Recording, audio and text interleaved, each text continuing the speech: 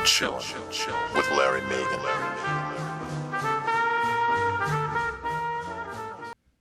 Hey guys, we're chilling with Larry Megan. How you doing? I bet you didn't think I was going to make it over here. What a night we've had tonight. I'm just so, discombobulated here from running back and forth from ShopNBC to one studio to the other studio.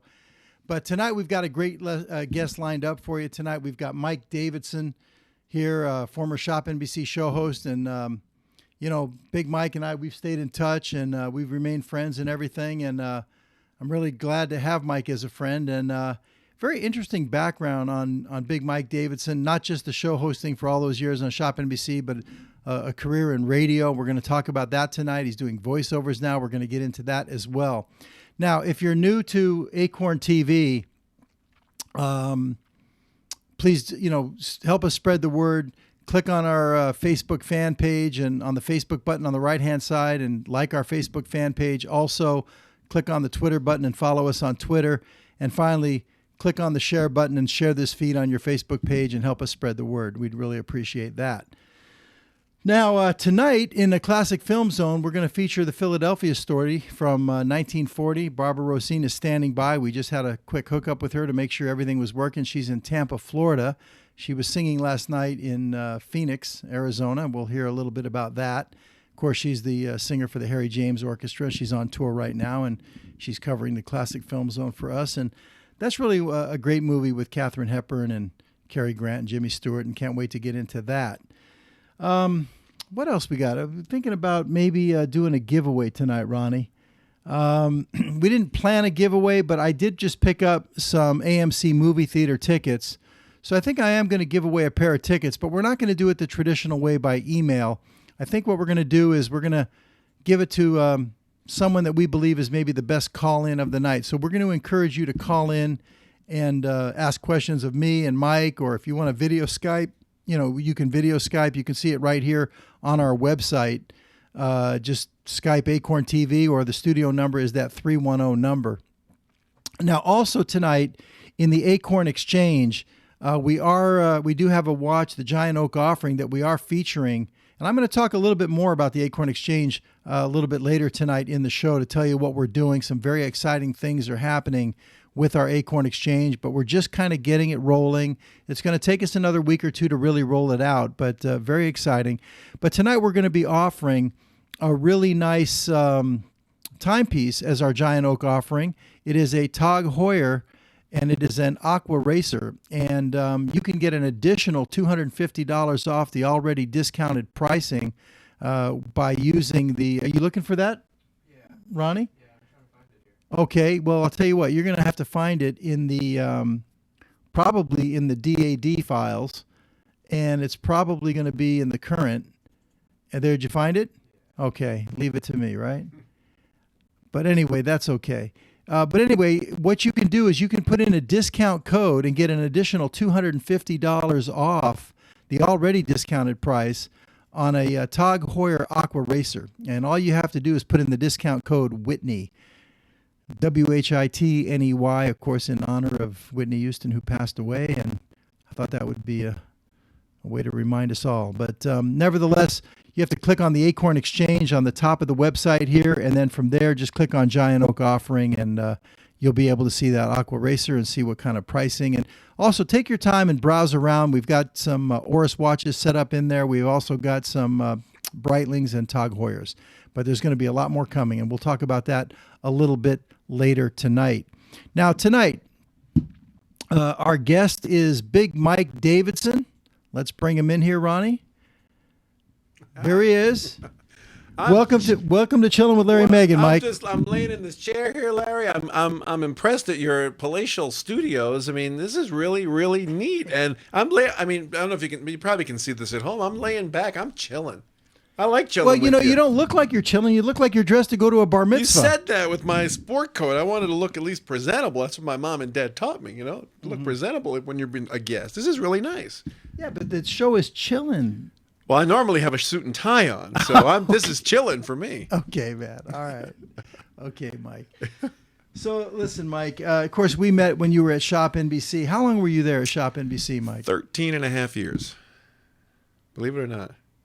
1997. Wow. Yeah. Wow, that's incredible. Yeah. I enjoyed it. Yeah, and you've been gone now for about a year? About a year and a half, 2 years almost. Really? Yeah, time flies when you're having fun. So you're having fun. So now I know you're really into the voiceover work, right?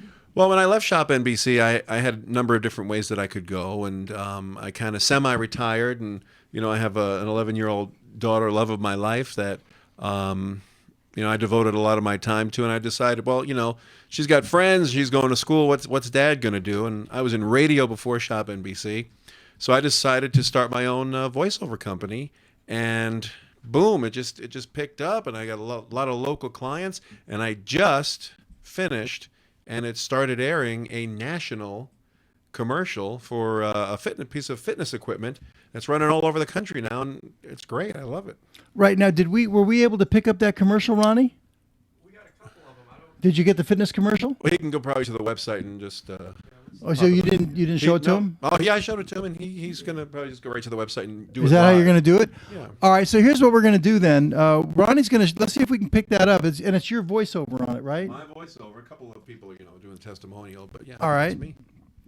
Very good. I'd like to hear that. And also, I saw on the internet, we were doing some research. I saw that some of your, I don't know if it was your website or somebody else's website that had samples of your voiceovers. Was that yours? Yeah. Well, my Big Mike voiceovers, which is undergoing an overhaul. Oh, so then it was somebody else's website. No, it's my website. No, but where I heard the samples. Really? I'd Yeah. like to know where. I thought you guys didn't try to find that. Yeah, samples from my website. Yeah. So that's what I said. Yeah, Was it yeah. your I thought you website? said it was somebody else's. Yeah, absolutely. Oh, okay, cool. Because I absolutely would like to do that. So we're going to get that. How long is this commercial spot, Mike? Well, it's 4 minutes, but you just want to hear the beginning of my beautiful voice. Okay, all right, very good. Yeah, because I actually listened to this, and I have trouble even recognizing it's you. So do you have what do you do? Imitate other voices? No, it's called voice acting, Larry.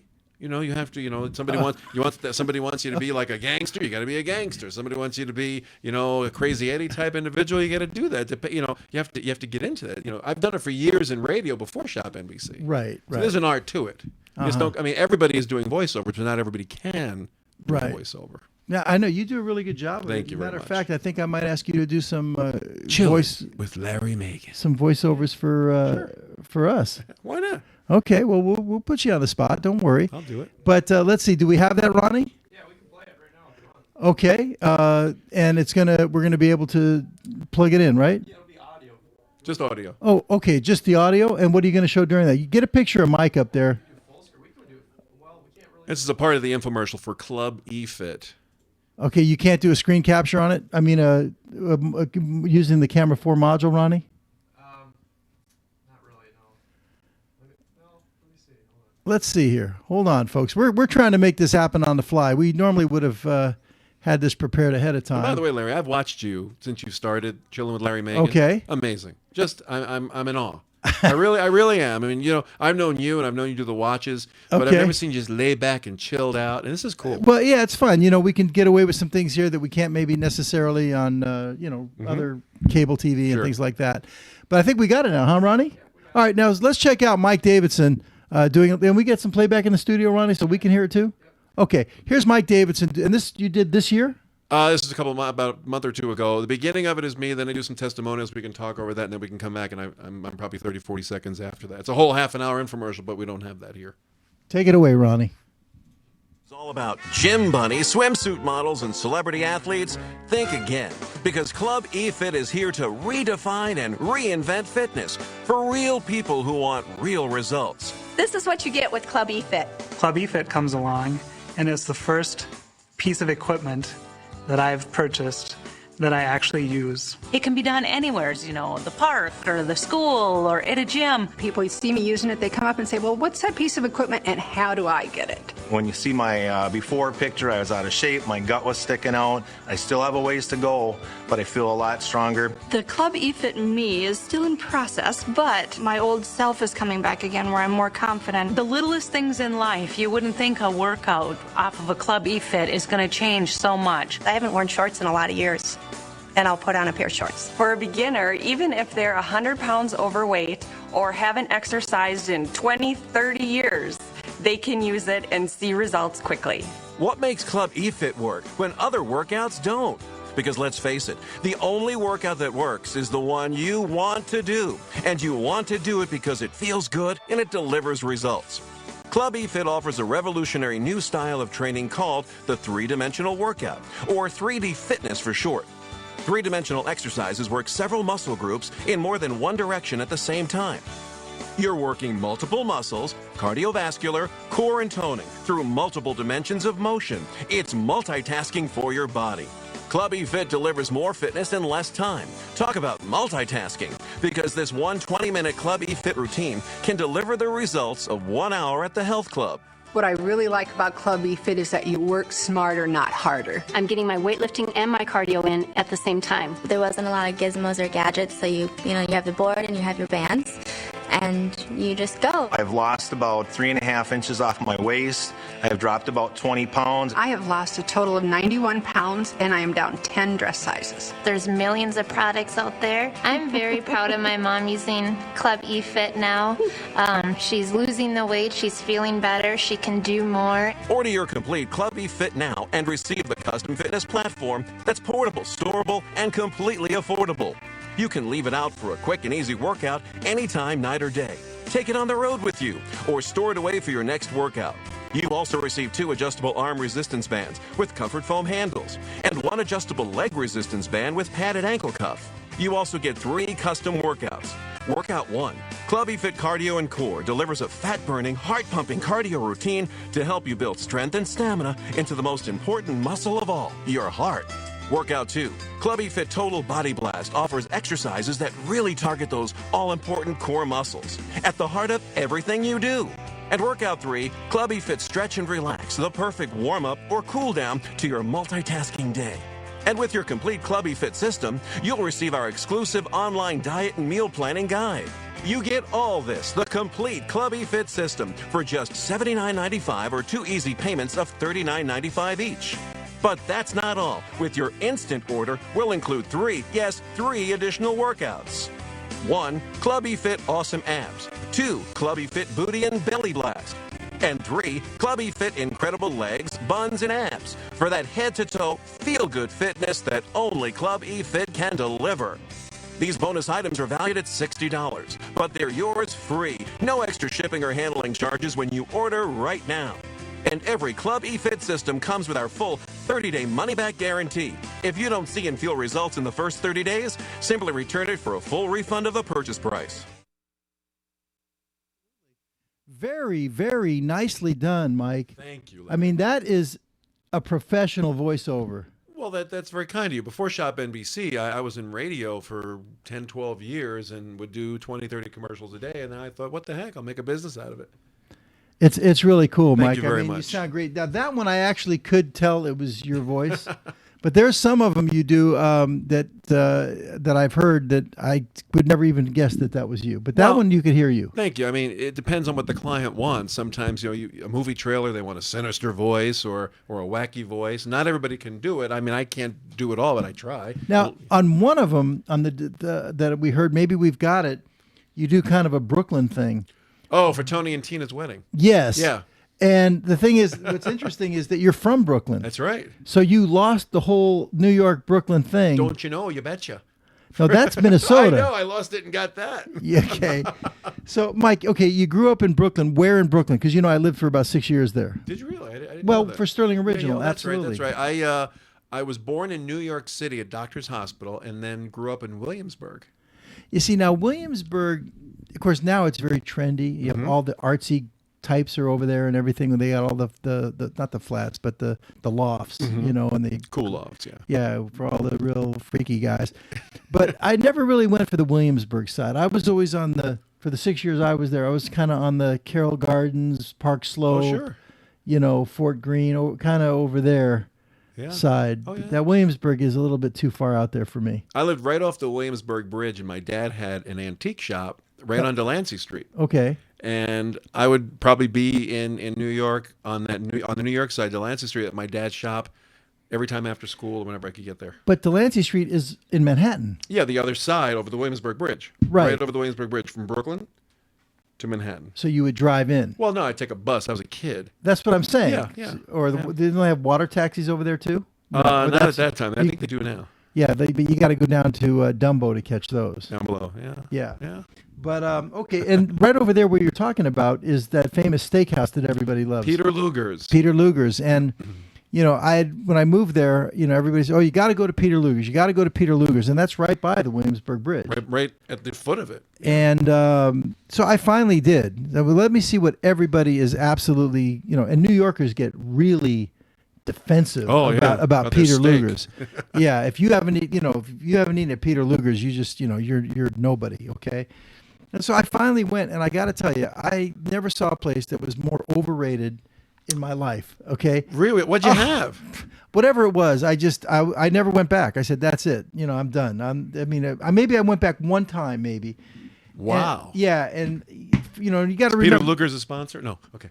No, listen, I love the steak sauce. They actually market this Peter Luger steak sauce, and it's incredible sauce. But they serve a steak that's like the size of this desk. Okay, You're right. I mean, I'm sorry, but when I order a steak, I want a piece of meat that is for me.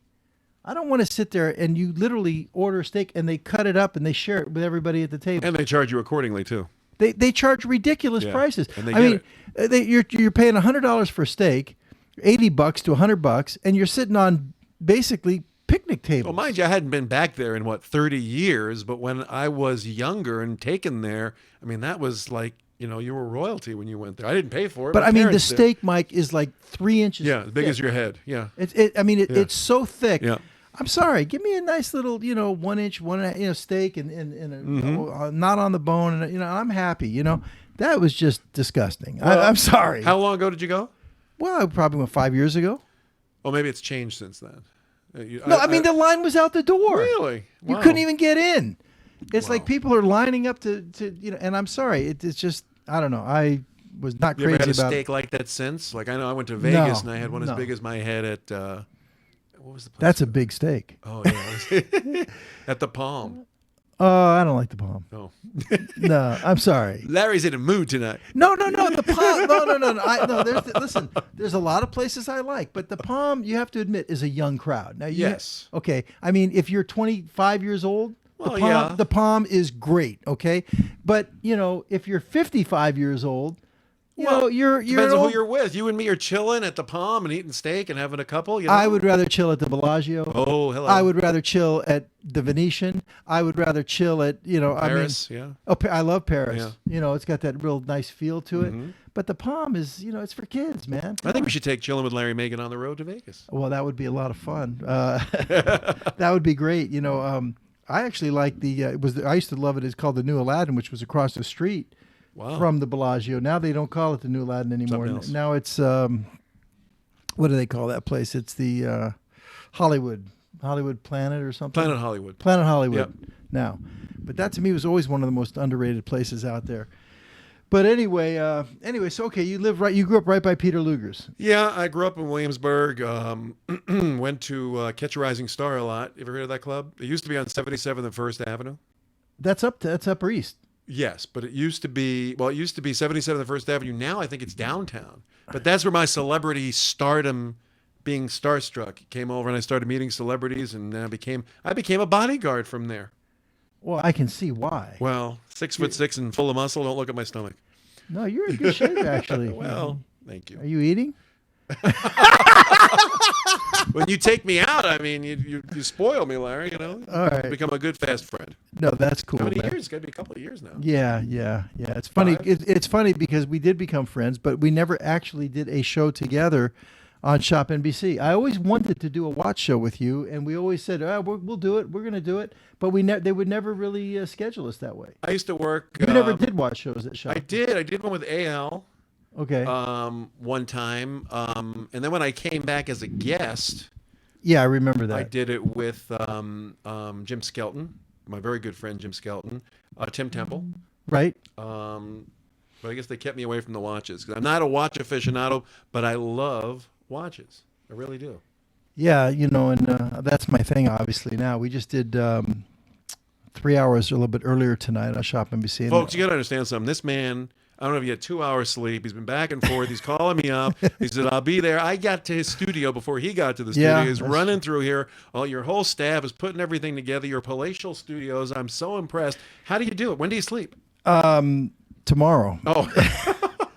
I don't know, Mike. You know what? There'll be plenty of time for sleeping when we're dead. Really. That's how I look at it. Mother Teresa.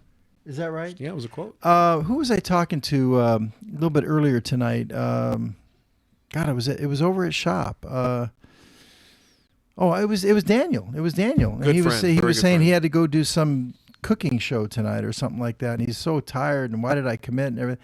I said, Daniel, come on. He said there'll be plenty of time for sleeping when we just got back from Dubai. From Dubai. I said when we're dead, and he said you're right. And so why not? Life's too short. You live to be 100. That's right. How short is that in the grand scheme of the world? That's right. So just all I do is work. But anyway, so okay. You grew up in Brooklyn. You went to elementary, junior high, and high school, all right there in Brooklyn. Erasmus Hall High School. Barbara Streisand and I think Don Rickles went there. But wait, wasn't she on the other side of Brooklyn, over by Henry Street and like downtown Brooklyn? I know she went to Erasmus Hall. That's as much as I know. Well, where is Erasmus Hall? Church Avenue. Yeah, that's out by Kensington. Okay, I've been there. I've been gone 40 years, Larry. I understand, but Williamsburg is not on that side of Brooklyn. It's on the other side. No, we I think we moved. Later, we moved. My father and I. We moved us to Church Avenue. Then I went to school there. Yeah, well, you bring me back. Yeah, so you moved over to the good side. Thank you. I mean, I'm not saying when I say the good side, it doesn't mean like it's the better side. And it doesn't necessarily mean that it's a higher rent district, because the way New York is, one block could be nice and the next block could be doo-doo. I mean, and that's just the way it is all over New York. But like I said, that whole Williamsburg side for me is just a little bit too highfalutin. No, it's not. Upper East Side is highfalutin, but Williamsburg is really old world, artsy fartsy. Oh yeah, yeah, lofts and wasn't like that when I was a kid. It wasn't. It was the hood. It was the neighborhood where you just relaxed and you stayed out. You didn't care. Your parents didn't care where you were. They didn't worry that something was going to happen to you like they do today. Yeah. Those were the days, my friend. Yeah, well, they say that years ago Prospect Park was very dangerous. And now look. So you can't say that those were the days when you didn't have to worry, because now depends on the area. Really Prospect Park is considered very nice now in Brooklyn. But I heard that you didn't go there after dark. Well, there's sections everywhere you don't go, like here in Minneapolis where we are. Yeah. Okay, so then I feel like this is my life. Well, that's right. I wish, do we have his mom on the phone? Okay. She'd call in, too. Mike, we have your first grade teacher. My sister's watching right now. Oh, hey, sis. Ellen. Hey, Ellen, how you doing? She's a great singer And by herself. the way, let me say this now. We do have Maddie and Mallory out there, and they're monitoring the Facebook page. If you have any questions at all, go to the Acorn TV fan page, the Facebook page. You can start a thread there. You can write questions, and Maddie can bring them in. Give us a call. Oh, we have a caller on the line. Let's take that now. Richard from Chicago, welcome to the show. Hello? Richard, what I need you to do is turn down the sound on your computer. And, you know what I did, but I was waiting to come in, and I kind of turned it back up a little bit. Okay, no problem. So how you doing, Richard? I'm doing well, Larry. It's phenomenal, man, how you jumped from 3 hours over there, and I think I commented on that before when you had Dave King on. Yes. Yeah, and and I mentioned to you that time that I wanted to pick up that Saturnalia. Okay. Did you? Yeah, and I was able to snag it tonight. Yeah, that was the Saturnalia DT, the dual time, and we had that on the. I mean, all the prices tonight were just like giveaway prices. I mean, it was unbelievable. But we moved a lot of units tonight, I'll tell you that. So I want to thank everybody for their support. It was a real strong showing for Sterling Original at ShopNBC tonight. So thank you for your support, Richard. Well, that's a good thing, for you. And, one thing I wanted to ask you was that on the other one I had, I don't know if you remember, but I told you it got lost in the mail and they reimbursed me, and I was looking for the price, and you sent me to somebody else. And I checked with it, and the prices were really, really high. But one thing I wanted to ask you, I had an issue with the crown on it before, and I was just wondering, is that something that's normal, or is it? Is that Honestly, resolved, Richard, or- yeah, honestly, I really don't remember what the issue was with the Crown, but I would say this, you know, please call our customer service. I'll give you the number right here, right now. It's No, I have it. I have it. yeah, definitely And, call. yeah, our, they're real nice people. Yeah, I talked to them before, and they were real helpful. So well, I just- that's good to know. That's good to hear. Let me ask you this, Richard. How long have you been watching ShopNBC? oh man, long time. Probably, my wife got me into it probably about 5 or 6 years ago. Okay. And I remember Big Mike too, and I used to love to watch him. I was really surprised when I didn't see him on there anymore. Well, that's exactly why I asked you that question. I was going to ask you, you know, did you ever buy anything from Big Mike, or do you remember Big Mike? You know, I definitely remember. I don't know if because mainly I was buying watches. Now my wife might have because she was buying some of everything. Wow. But you know, but you know, the whole thing is, I think ShopNBC kind of blackballed me a little bit, and I wanted to call in tonight after I made the purchase, but I had an issue with a computer one time, and I kind of vented on them, and I think they just kind of like, don't let this guy talk on the air because we don't know what he might say, you know.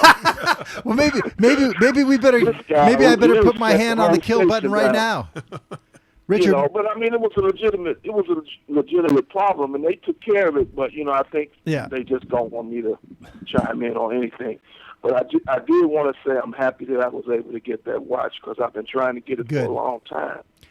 You know, listen, you say we can all sit here and say what we want, you know, about ShopNBC and everything, but honest to God, what they are able to deliver in the way of prices and payment options is just there's no other place in the world that can do that. I mean, it's unbelievable. I shake my head. I know what these watches cost us to make.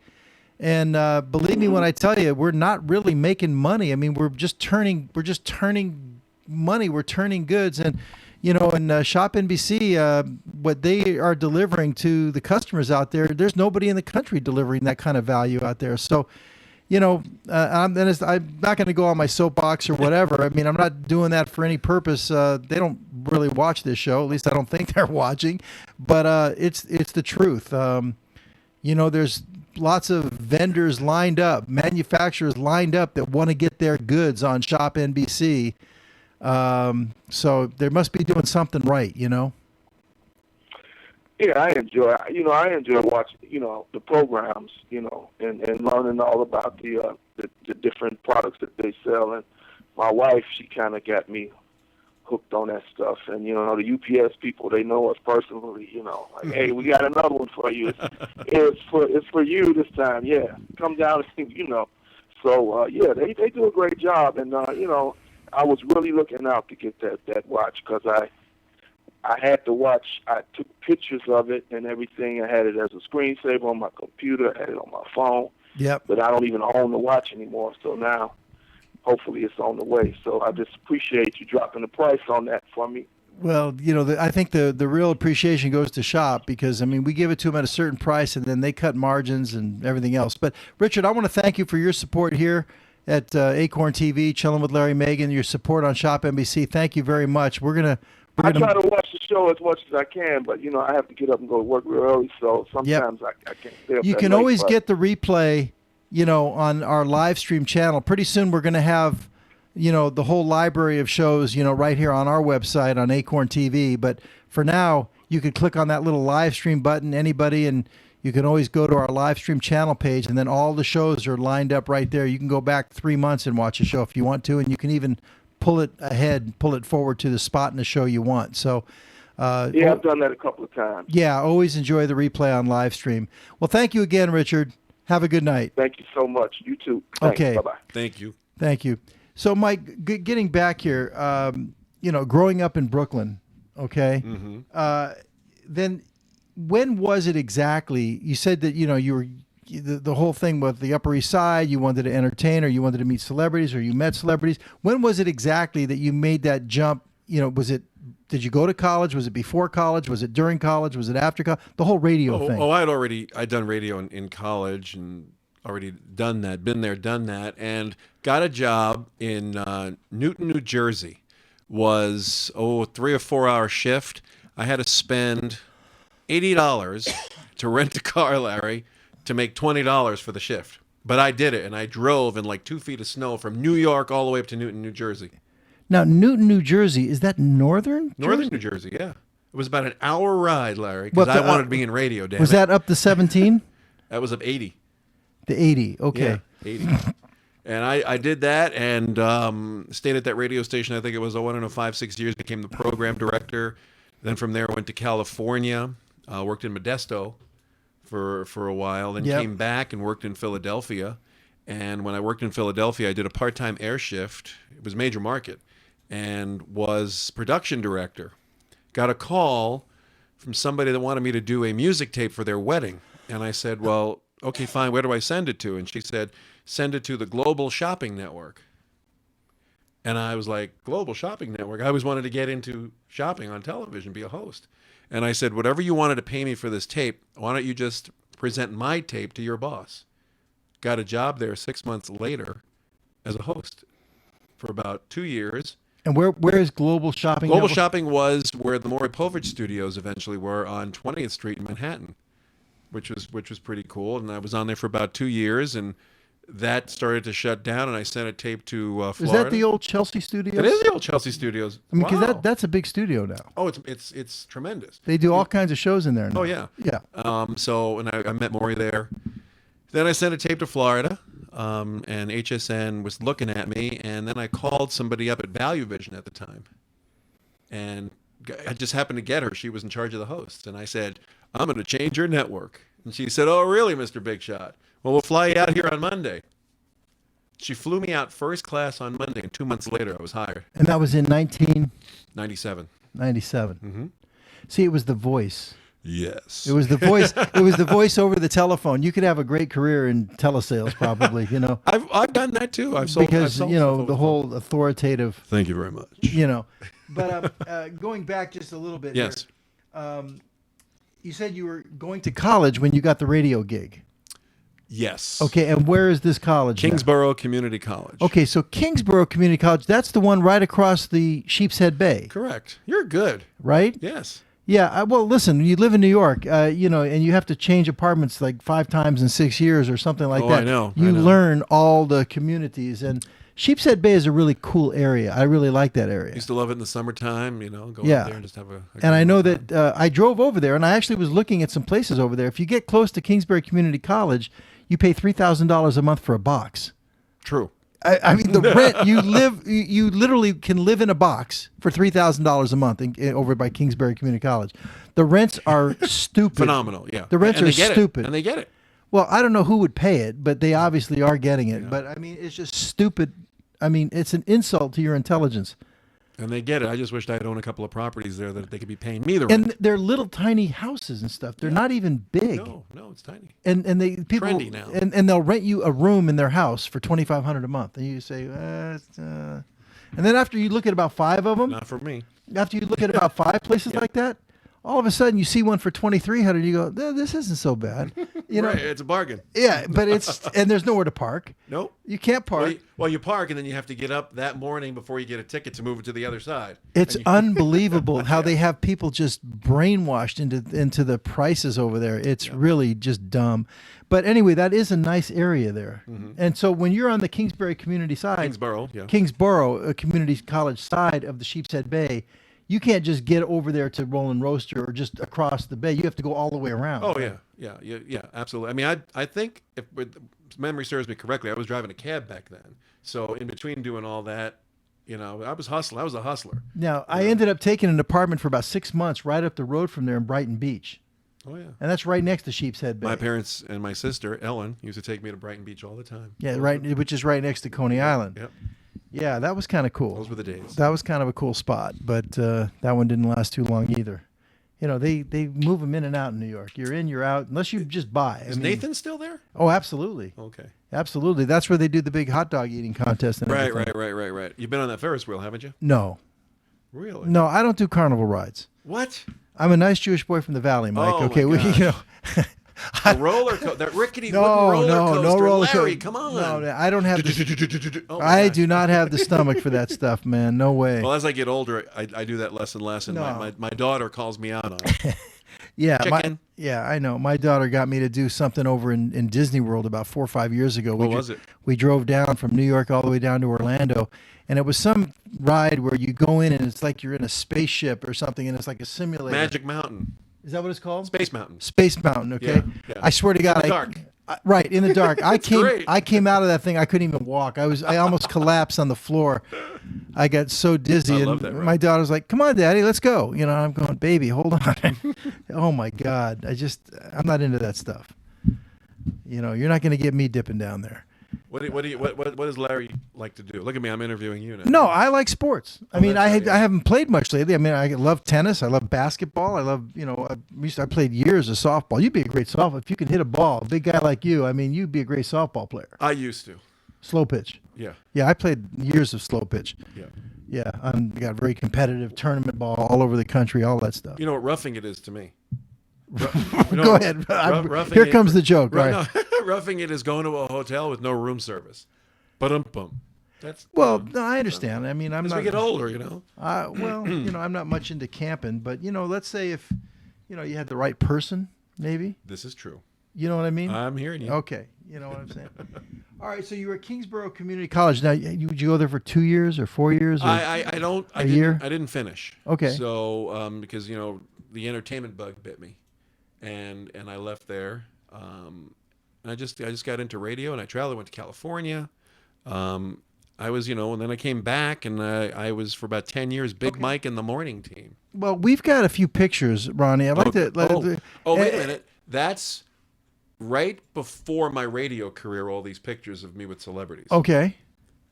So it should be cool. Well, let's see. I mean, there might be different time periods too. So I'm going to need you to tell us. Maybe we can do a little. I'll fill you in. PIP here for Mike. Now, what are we looking at here? This is something that's very, very near and dear to my heart. There was an organization when I worked at Studio 54 hired me as a bodyguard, and I'm walking down Herald Square, and in the center of that picture is Peter Falk. Mm-hmm. And the nicest guy, we just lost him a year or so ago. That was on the movie for The In-Laws, the original In-Laws, not the remake, which, now we're being honest, Larry, I hated the remake with Michael Douglas. But that one right there, the sweetest, nicest guy, walking down Herald Square with him, and just the nicest person you'd want to meet. Now, you're on the right. That's me on the right with the mustache. Because you're like tall guy. The head and shoulders above. And Peter Falk is in the middle. In the middle. Now, this was what year? I would say 72. Okay. So this is when you just got started. Just when I got started, and I could not believe they gave me that detail standing next to him. I was so adamant about protecting him. He would go eat lunch. I was with him. He would go to the bookstore. He came up to me and he goes, "Do me a favor, Mike." He sounded just like that. "Let these people recognize me. Could you stand back just a little bit?" and I was like, but just the sweetest. And I had him sign that picture. I don't know if you can see it says "To Mike, my best," and "My thanks, Peter Falk." But I mean, just a nice guy. And when he passed away, it was just so sad for me. Yeah, I mean, in sales they have the Columbo clothes. You know what that is? Yeah, You do? shabby chic or. No, when you're in sales, the Columbo thing is like it's not a Peter Falk thing; it's a Columbo thing. During his shows, the raincoat. Well, no, not so much the raincoat, but the thing is, like he's suspecting that you did the murder, and then he would act like he's not suspecting you, and then he would say, "Okay, thank you for your time," and then he would leave, and the guy's all relieved now that okay, I fooled him, Right. And then he comes back, he gets to the door, he stops, he turns around, he's like, "Oh, by the way, and then." He wrote a book. And then, so right when the guy's relaxed, then he gets like a little bit of information out of him. Well, in sales, you let the guy off the hook, right. And the guy relaxes. And then come back. And then you come back and you get him when he's relaxed, So it's the Columbo thing. He wrote a book, and I don't know what the exact title was, and then there's one more thing. Is what his line was. Yeah, just one more thing. One more thing. One more thing. That's when he'd get you. Yeah. Was he doing that in real life too? He was not doing that in real okay. life. But he would sign autographs. He would shake hands. Just again, the sweetest, nicest man. I've run into celebrities that you think are nice, and maybe I caught one or two on a bad day. Yeah. Wow. What do we got here, Mike? That's a good question. Oh, I can't believe you. Where'd you find that? That's amazing. That is Anthony Quinn. Okay. At ShopNBC. Now, this is a guy who I idolized. I'm going to be honest. He came to ShopNBC. Guns of Navarone. Yeah. Zorba the Greek. Guns of Navarone. Is older? Yeah. Okay. Did you ever see Guns of Navarone? I probably. I don't remember it. It was a Western, wasn't it? No. Oh, no, okay. No. It was like one of these World War II spin-offs. Okay. Yeah, with the nicest Germans. man Yeah. again. And that's in the ShopNBC green room. That's his wife, actually. You can see part of her in the picture there. But right. He must have thought I was looking at her or that I was just overly nice. And I said, Mr. Quinn, do you mind if I take a picture with you? And he goes, he's about to say no. And he goes, sit. And if you look at the picture again, I'm crouched next to him just for the picture. And he doesn't look too happy. But again, maybe he just was having a bad day. But a very nice man. Just a very nice Looks man. a little like Carl Reiner right there. But, yeah, okay, Anthony Quinn. Now, this was at ShopNBC in the green room. They've totally remodeled the green room, by the way. That was the Star Jones room when Star Jones was there. Okay. Now it's the Suzanne Summers room. Okay, so that's not the green room. No, that's on the other side of the building. But that was the green room then. The other green room wasn't there at the time. I got you. Yeah. Okay, and so this was like in what, the late 90s, early 2000s? I would say so, yeah, late 90s. Okay. Yeah, it was a couple months And before. what was he doing there? Was he hawking anything? Or? He was on with Carmela. And Carmela became very, very good, close friends with him and came over to her house. He was selling his paintings. Beautiful, gorgeous paintings. Yes, I think I've seen some of his paintings. And some jewelry too. Yes. Okay. And some jewelry too. I may have just caught him on a bad day, but again, the nicest guy walking through the building. He was, I think, in his 80s at the time, and probably 6 months after he passed away. All right, what do we got here, Mike? That is me on the left, and Bill Sample, who is the president of the Sunshine Foundation, and on the right, Bob Barker. He looks older than God. He looked out. He was about, I think he's in his 70s there, 73, 75. I was hosting the Sunshine Foundation, which is an organization that takes critically ill kids on an airplane for the day. Larry, I would take 75 to 100 kids, sweating profusely myself, carrying these kids on the plane for the Sunshine Foundation. In the morning, we get on a plane from Trenton, New Jersey, fly to Florida, spend the day at Disney World. They drive us right up to the gates. All the kids, we load them out with the wheelchairs, we help them out, and we spend the day, and we come back the same day. You're in Florida in the morning, 9 o'clock at night, you're bringing all these kids back. Their parents are waiting at the airport. This was the Sunshine Ball. It's a foundation that raised money for that organization. Well, this can't be that long ago because when you see him in, he's in that movie with Adam Sandler, the golf movie. Happy Gilmore. Yeah. And in that movie, he looks younger than he does here, and that wasn't that long ago. He's in his 80s now, 85, 86. So, okay, what year was this picture? I don't know why 73 his age was, so that's got to be 15, 20 years ago. You're kidding. So he's gone now. No, he's still around. He's just off the show.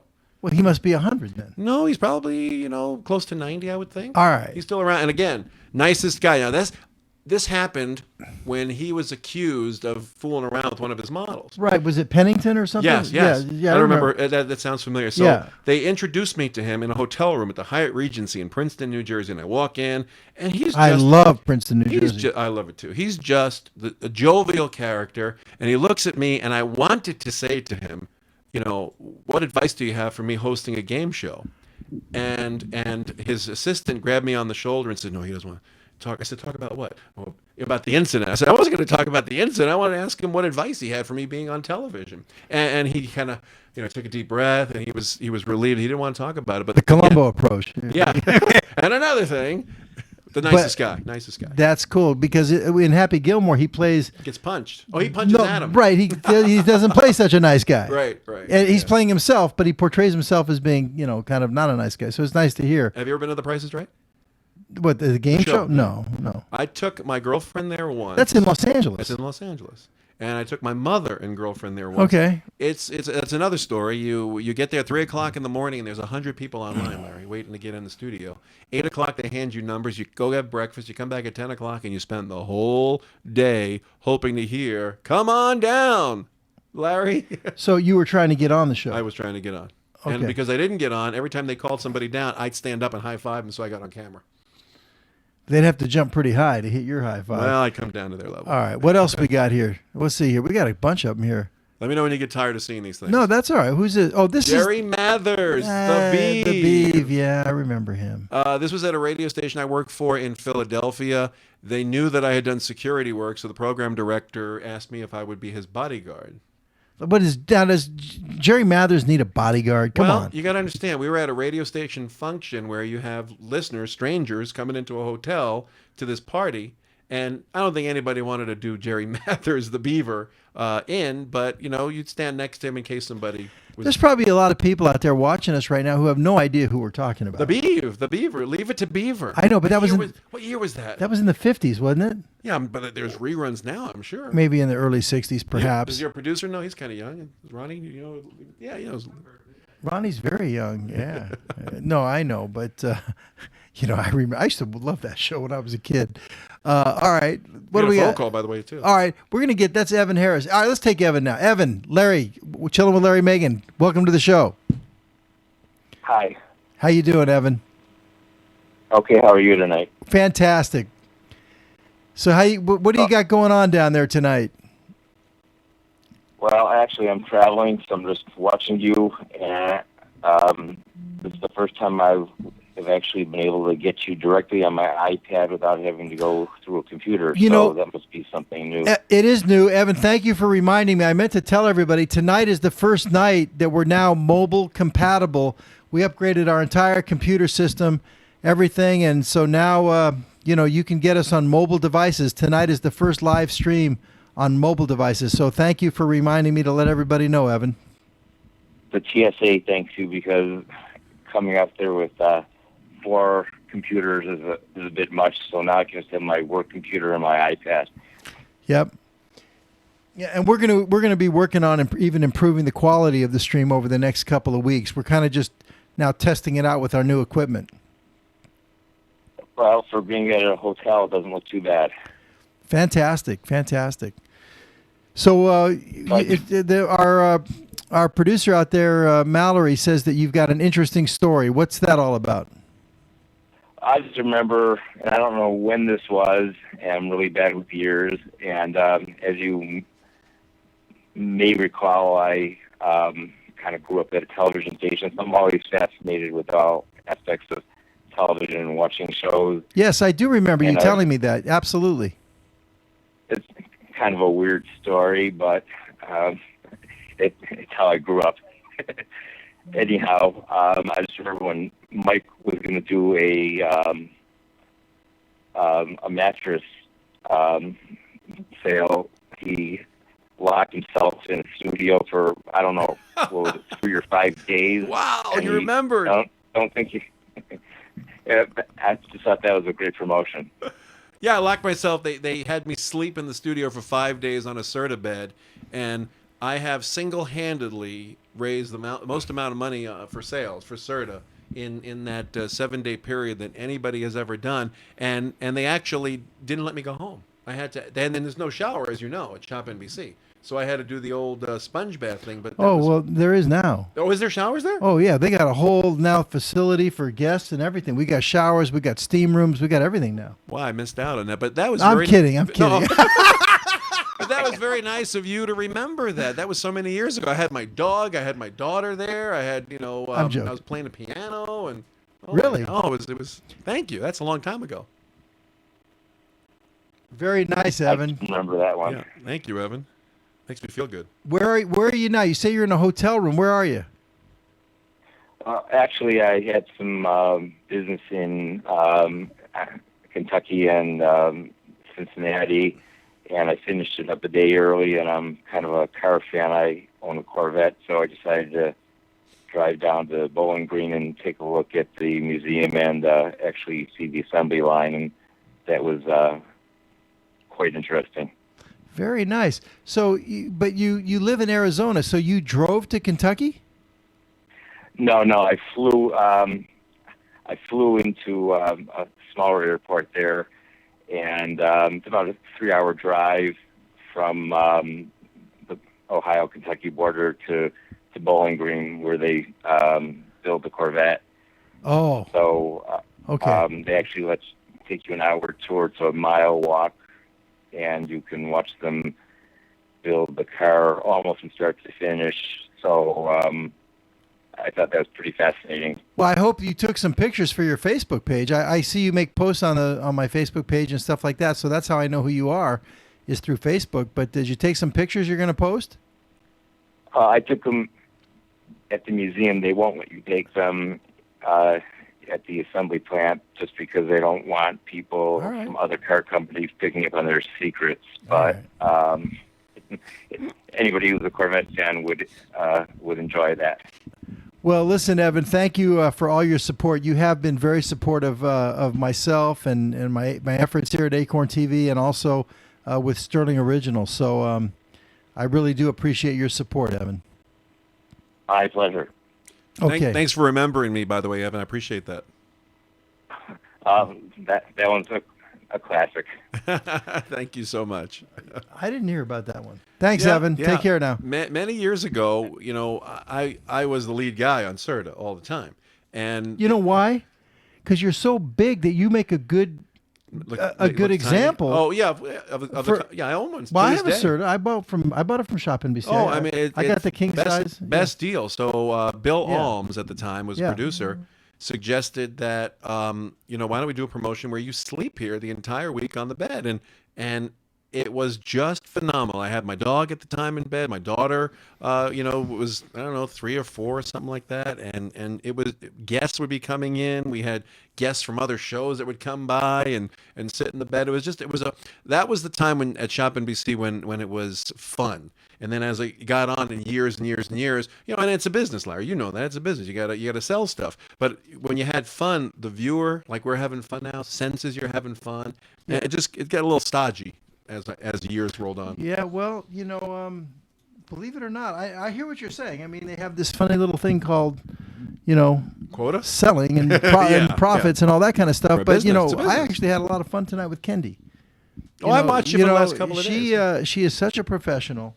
She's so good, and you can kibitz with her a little bit because she gets it, And in this meantime, we sold product. So it was great. Now going back to just a couple more pictures. Yes. I love doing this. No one's ever done this with me before. What's that? Interviewed me like this on the pictures. Yeah. Yeah. Well, now here's one of my Lando Calrissian. What do you mean, Lando? That's the character he played in Star Wars. Well, you see, I never saw Star Wars. What? No. I don't really Quick, do. Somebody get a wet noodle and. No, can I tell you something, Mike? I listen. I like movies. I like classic films, but I'm not that big into sci-fi. I mean, it depends. I'm right there with you. Okay, I'm right there with you. But I will say this: I did love E.T. Okay, which is it's a love story. It's a love story. Yeah, E.T. was E.T. I liked E.T. And I want people to chime in on this. I mean, Star Wars is just the classic of.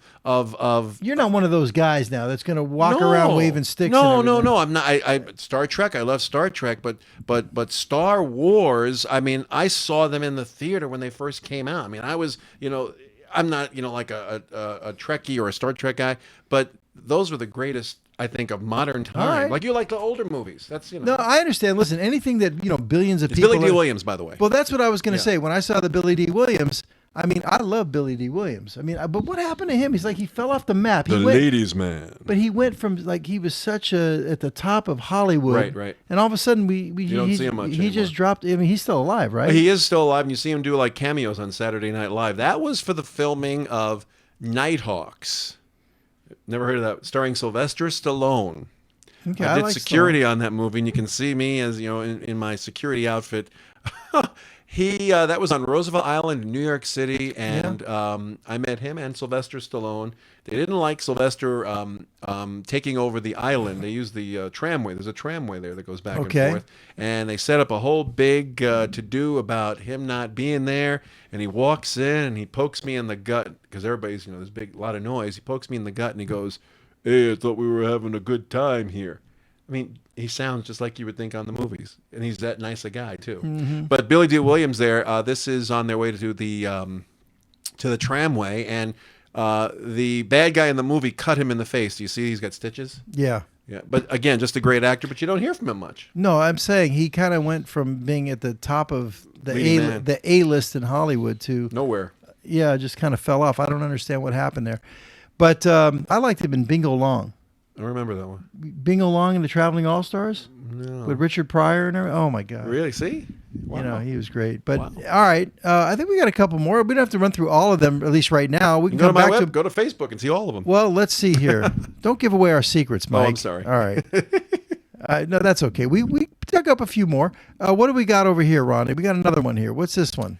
The great John Denver. Okay. You fill up my senses. Wow. Well, you know, great singer. Mallory, in her interview with you, came up with, you ask your favorite songs or music. You came up with John Denver. Perhaps Love. Yeah. Yeah. Perhaps Love, yeah. Yeah, the one he did with Placido Domingo. Okay. You listen to it, if you hear the words, I mean, I listen to radio today, and Larry, I don't know what they're playing, but it's not music anymore to me. Yeah. You know? Well, I mean, you listen, some of the stuff. I mean, I like some of the stuff, but but not the rap stuff. I mean, that's not for me. No. And you and I are in the car together, and I love Sinatra. I love Dean Martin. I love Sammy Davis. Was I playing that in my car for you? You were playing that. Okay. And I always do. I always play just, that. Just grooving it. I mean, I remember meeting Frank Sinatra. Okay. It was Bally's Grand Under the Stars in Atlantic City. All right. And I have my microphone, and I'm with the radio station, and I see a group of people, and who do I see in between all of them? Old Blue Eyes. So I make a mad dash to just say hello to him. You better watch out. I got to tell you something. I don't remember how many hands, That's but what it I'm was saying. several hands grabbed me, and I'm probably glad I'm still here today. But he waved at me, he goes, "Hey, kid," and he walks away, and and that was it. But that's a moment in time that you never forget. I met Liza Minnelli at Studio Now, what were 54. you going to do to Sinatra? Just run up I and had shake a his hand? microphone, and I was going to just ask him to do, a radio thing. Right. I think we even have a picture of you with him. But this whole John Denver thing, you didn't tell us, where was this out? What is this all about? This was at the Meadowlands Arena in New Jersey when you come out of the Lincoln Tunnel. It's no longer there. It was the Brendan Byrne Arena. Okay. Does that probably not ring a bell? No, not and to me. It was the Dreamland Express tour. I can't believe I remember all this. And I was a radio disc jockey, and we won tickets to not only come see him, but to meet him. And as a matter of fact, somebody watching right now who was my girlfriend at the time, Carrie Rutherford, who's watching us right now. How many ex-girlfriends do you have watching us right now? Well, if I had a quarter for... No, I'm just kidding. It was just a fun time. And the reason I remember about Carrie Rutherford is that her son, his name is Matthew, and she started talking to John about one of his not so familiar songs, Matthew, and they just hit it off, and it was just a fun time. And we lost him too young as well. Wow. Yeah. Okay. So you were sticking a microphone in his face. In everybody's face. Well, not there. Well, there, yeah. I think afterwards I asked him because I have so much things on tape. Hi, this is so and so. You're listening to Big Mike on whatever radio station I was on at the time. All right. Here's another one. What do we got? The famous James Taylor. Ooh, nice. This is a guy. This interview here, I set up myself. Mr. Davidson, Mr. Taylor does not like any tape recorders. Please just come in there, ask him a couple of questions, and leave. As I'm sitting in the office, that's at Princeton University. He had just come off the stage. I love that school. He's humming, and I hear him coming. And he looks at me and he goes, "Hey, where's your microphone? Where's your tape recorder?" And I said, "Your people said I couldn't have one." But the nicest, sweetest guy, and again, one of my favorite artists in the entire planet. Now here he looks like he's kind of sick. I mean, he looks pretty thin here. No, he's thin and he's got more hair. Today he's got not much hair up there. This has got to be 20 years ago as well. Wow. You got a lot of pictures from 20 years ago. I got stuff from 20, 30 years ago too. I just got to go to California to get it. Get them. Yeah. Before memories. Before I lose all that stuff. Lots of memories. Okay. Hey, Stacia just got in the house. All right. So here's another one here. Let's see what we got here. Oh, wow. What is this, Mike? Studio 54. That's not me in the white coat. That's me on the left of the sun that you see there. But to the right on the chair, that's Liza Minnelli. That's my girl. That's Liza Minnelli. Let me tell you, what a sweetheart. What a nice Now, who's person. taking this picture? Probably one of the press photographers because I was the security detail. Okay. And for some strange reason, I don't know why, I remember the guy she was with. His name is Mark Jarrow. I have no idea why I know his name, but that was a couch, a banquette where they came, and a lot of people say that's Steve Rubell on the right in the white jacket. I don't think that's Was Steve he the Rubell. owner? He was one of the owners owner who of 54, subsequently Studio passed away. 54? Okay. Yeah, but I was on the detail to watch her because people would come over, want her autograph, want to talk to her, and I just kept them away from her. I would probably stalk her.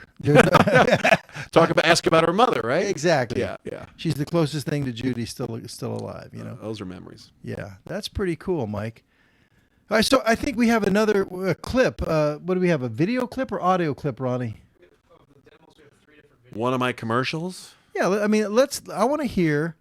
Now, what's this picture we got here? You got one more picture. Oh, that standing. picture is ABC News, Cokie Roberts on the left. Oh, okay, Cokie Roberts. Yeah, now you're getting an elite company there. Well, I met her through, I forget what source, but her sister was the mayor of Princeton, Barbara Sigmund, who had passed away not too long after that. But she was on with Sam Donaldson. I don't know what she's doing now. Well, I mean, she's royalty as far as news goes and everything else. But so this was at Princeton also? That was at Princeton University. There So was some sort of a gathering. That's Ted Efall, by the way, with the beard on the radio. You spent a lot of time at Princeton then. I worked in Princeton for 8-10 years. I'll tell you what, met Brooke Shields there. Before I made the decision to move to Minneapolis, I was thinking about staying in New York, and I was looking at places, and I actually looked at properties in Princeton. But I just didn't have the guts to pull the trigger, because that would have been like 4 hours a day commuting back and forth to Brooklyn. Oh, absolutely. But there are people that do it though. Oh yeah, there are people to live that there. Yeah, but it's a nice area. It's woodsy. It's not all broken down, and it's not cheap either. No, not at all. But it's only about 50 miles to Brooklyn. But still, the traffic you're going to be going over the Outer Bridge crossing, or you're going to go over the Goethals and then over the the Staten Island Bridge. I lived in Sparta, the Verrazano. Sparta, New Jersey, which was an hour away from Princeton. But where's that, south or north? Sparta's north. North, okay. But I did it because I wanted to be in radio. I had to be in radio. Gotcha. You did what it took. You see at the top of the screen here, we've got, you can call us in with your questions here to the studio, the 310 number, or you can Skype us video with Skype Acorn TV. All right. I think I want to play one of your clips, Mike. It's just a commercial of mine. I don't know which one you're going to do. But which one are you going to play, Ronnie? I do narration. Which one? Demo reel at first. It's a demo reel. Which is that the one from ShopNBC, or is it audio or video, or both? Video from your website. It might be the ShopNBC. Let's look at it. Not that Serta thing. No, it's a compilation. It's an audition tape. All right, let's take a look. I always stop know it if we hate it. I don't know what it is. All right, how many minutes is it? I don't know. All right, you can tell we're very well prepared tonight, folks. I love this on the fly because you know why? We're chilling. Yeah, well, it's been a busy week this week. Let's check it out. Hi, this is Willie Nelson, and you better listen to Big Mike's tape, and I ain't kidding.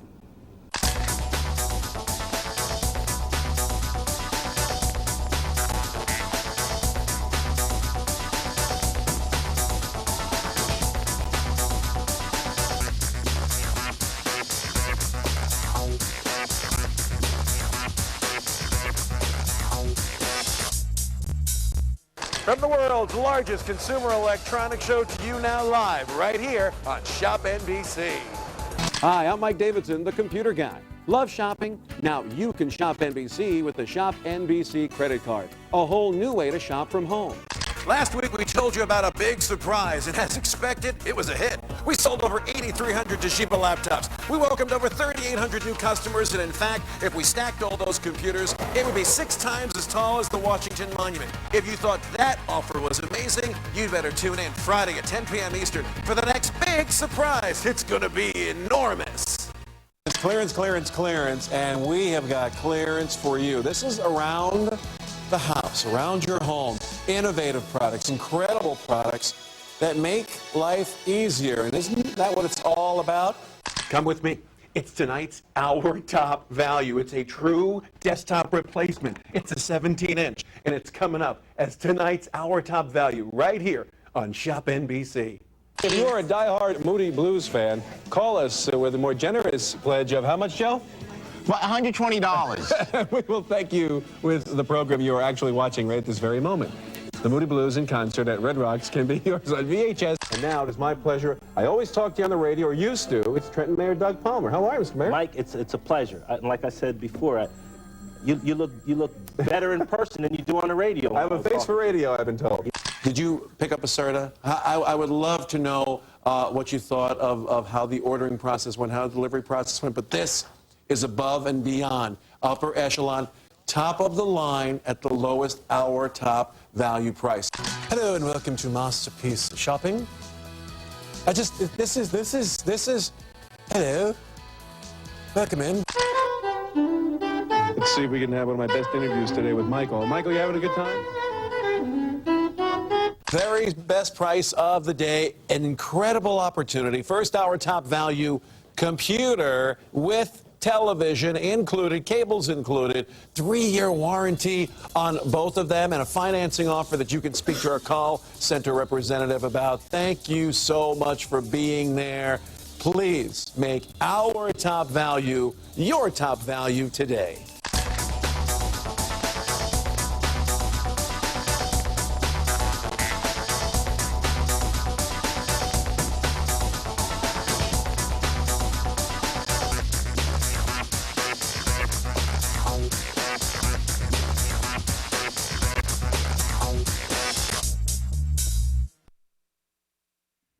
Very nicely done, Mike. Thank you. Thank you very Okay. much. I thought it might be kind of fun. Now, we're planning to actually, make some 60-second spots here for Acorn. We're planning to do one for Davis After Dark. Of course, Big Mike Davis. You're No, big. that's Mike Davis. I'm Big Mike Davidson. Okay, well, you're both big. I mean, he's probably 6'5", and you're like 6'6". I won't tell you who the host was. This is a pretty funny story. I got brought back and I was doing electronics, and the host says, but she's introducing me. I was going to do an electronics show, and the host goes, "You know him, you love him. He's been on ShopNBC for so many years. Please let's welcome in Mike Davis." And you were there for 14 years. Yeah, I said Davidson. She goes, "Oh, that's right." So I just thought it was fun. How quickly they forget. But not only are your names similar, but you guys are both so darn big. I'm bigger than him. You are. You're about 6'6". Yes, I'm 6'6". Yeah. Yeah. And I'm used to being taller than most guys, because I'm 6'2". But next to you, You're a shrimp. Next to you, I find myself kind of standing up on my toes and stuff, trying to get up there. Hey, wait a minute, and I feel like I'm a little guy. Anyway, like I was saying, we're Stacia and Mallory, Maddie. We're playing around with some ideas, and we're gonna produce some 60-second spots for Acorn Exchange and Chilling with Larry, Megan, and Davis After Dark. So we haven't refined this yet. Okay. Right. In fact, Maddie just started doing some roughs, and I really haven't even read it all the way through to really make sure that it's okay. But I said, Maddie, give me what you got. We got a professional voiceover guy, and I know typically, you pre-read stuff. Don't cheat. I'm not okay. No cheating. You got to talk to my agent, Larry. No cheating, Mike. Okay, no cheating, man. So I thought, we got a professional voiceover guy. I'm going to put him on the spot. I'm going to give him the script, cold reading. Now you're getting nervous. No, I see you. So you're like starting to sweat, like little beads of sweat. So I have no idea. And of course, you normally would want to read it ahead of time. That's fine. You'd want to know what the mood is. You want to know what the music is and all that stuff. Right. But let me just hear a cold reading on this. I haven't even read this, so I started reading a little bit here. No cheating. All right, I'm going to shut up. Let's have a solo on Mike. In 3, 2, 1. Acorn TV proudly presents a watch fan's dream. The Acorn Exchange. Acorn Exchange is a fabulous place to search for watches at discounted prices. This week we are featuring Larry Megan's favorite with our secret word of the week from Giant Oak Offering. I couldn't figure out. It says here word of the week and it's in parentheses. Come check it out. Who knows what gorgeous mood we'll be in next. All right, that's it. Okay. That's it. All right, okay, that was a cold reading. So here's what I want to do, just for fun. You gonna do it again? We're going to do it again. But Ronnie, when we do it, can you get a record module up there? Or we got we're You're watching this live. we're maxed out? It's about like $1,000 an hour. Wait. What was that, Ron? I'm gonna open a cord while we're streaming. No, it's not a good idea. I'll do it after, or I'll come back, Larry, for you. I'll do whatever you want. All right, so let's put a picture, Ronnie, of like the Acorn Exchange. All right, up there. And I can't read the ones with in the parentheses because you have to put something in there. It says name of watch. Okay. I can do them in Call it the Tag Heuer Aqua Racer.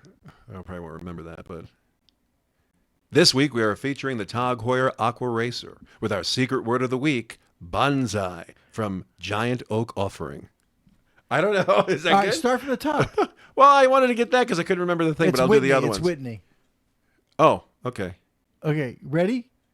3. The Tag Heuer Aqua? Aqua Racer. Okay. 3, 2, 1. This week we are featuring the Tag Heuer Racer with our secret word of the week, Whitney, from Giant Oak Offering. Wait a minute. Aren't you starting from the top? I was just doing that so that I can get that. You can isolate that, right, Ronnie? No, we're not going to record it. Just, okay. We're just having fun. Well, I have to read what's written, but I'll do it. Okay. I want to see what a professional does. I don't have my headphones on. All right. All right. You want to give him a No, headphone, Ronnie? that's fine. All Here right, we go. fine. 3, 2, 1. Acorn TV proudly presents A Watch Fan's Dream, the Acorn Exchange. Acorn Exchange is a fabulous place to search for watches at discounted prices. This week, we are featuring the Tag Heuer Aqua with our secret word of the week, Whitney, from Giant Oak Offering. Come check it out. Who knows what generous mood we're going to be in next. Okay, we're gonna have to come up. I can do whatever you want. All right, we're gonna come up with a new script, and I'm gonna use you. I'll call you when we have a script. I haven't even read these. I can actually do it from my house. I have my own home studio. I know you do. Oh, thank you. And listen, I haven't even. And we have a nice recording situation here as well. I got to tell you something. It's palatial. It's incredible. Tell you what, I had Carmela come in here and lay down something for. Now that's the voice. Did you hear it yet? I did not hear it, but she would do stuff. She was the voice of ShopNBC on their phone system years ago. Okay, well, I had her lay down something for Davis After Dark. Oh, she's amazing. Which we haven't played yet or really used it yet. And we're editing some stuff. We have to do it. But, I mean, she really laid it down. Ronnie mixed the sound and everything. Oh, she's perfect. Yeah, so anyway, I haven't really read this. Oh, there's more. Yeah, here's another one. Oh, jeez. Man, this time I'm just. Where do I send the bill, Ronnie? You didn't know you were going to get a homework assignment, I did did you? not. I could take that with me and do it for you. No. Oh. I haven't approved it yet. Okay, well, look at it. Read it, will you? No, Matty just gave it to me, and he said he was working on something he wanted to share. I said, print it out. I'm going to throw it to Mike. We'll return to our and I'm going to story put in Mike just a on the moment. spot tonight. But now this time, just for fun. Yeah. Now down here it says he had written this for Mike Davis, so forget about that. So you don't read that part. And he said, just whatever. Now, this time, give me something. What's my motivation? Well, here's what I'm saying. Give me something that's completely different, in tempo and everything than the one you just did. To show me your versatility. Okay. If you want me to be your agent, I need to know exactly what I've got to deal with here. Okay? But what are we going to put on the screen? Can we put maybe a Davis After Dark patch up there, Ronnie? Yeah, that'll be fine. Okay, he'll give Ronnie a second. Don't pre-read it. Well, I want to look like an idiot. No, but the thing of it is, Mike, this is the fun. I could. This is the fun. Okay, I could give you. I want a cold reading. Sexy and sultry. No. Or I can give you really, up tempo. Give me really up tempo. Give me that like radio commercial thing. But any professional will tell you that you have to pre-read your script. I know that, Mike, but this is the fun of it. I want to embarrass you. I want to embarrass you. I love you like a brother. I want to embarrass you, and I want to make you flub up. First of all, I can embarrass myself. Okay. No, everybody knows it's a cold reading. I haven't even read it. Okay. Are you ready, Ronnie? We have something. I don't know that that's really what we want to Well, that'll be fine. It doesn't matter. All right. It doesn't matter. Go ahead. We can give him a PIP if you want. You can put Mike in a corner if you want. I'm just going to read what's on here. Okay, go. All right. Have you ever wondered about the detailed complexities of the Swiss watch that you were thinking about buying, or caught yourself with questions that an insider would only know? Thanks to Acorn TV, your inquiries can be answered. Davis After Dark with Michael Davis brings a new enlightening approach to Swiss watch. The new show Take two. The new show is like experiencing a trip through the comfort of your home. Join him Tuesday nights for Davis After Dark, 11 Eastern, 10 Central on Acorn TV. Just remember, time never stops, and neither does he. All right. Now we're going to do it one more time. So you had a cold reading there. I had a cold reading there. Okay. Now this time, instead of whispering your way through it, give me, guns blazing. Okay. You didn't know I was going to do this. Had no idea. All right. In 3, 2, 1. Have you ever wondered about the detailed complexities of that Swiss watch that you were thinking about buying, or caught yourself with questions that only an insider would know? Thanks to Acorn TV, your inquiries can be answered. Davis After Dark with Michael Davis brings a new and enlightening approach to Swiss watch. The new show is like experiencing a trip through the comfort of your own home. Join him Tuesday nights for Davis After Dark, 11 Eastern, 10 Central on Acorn TV.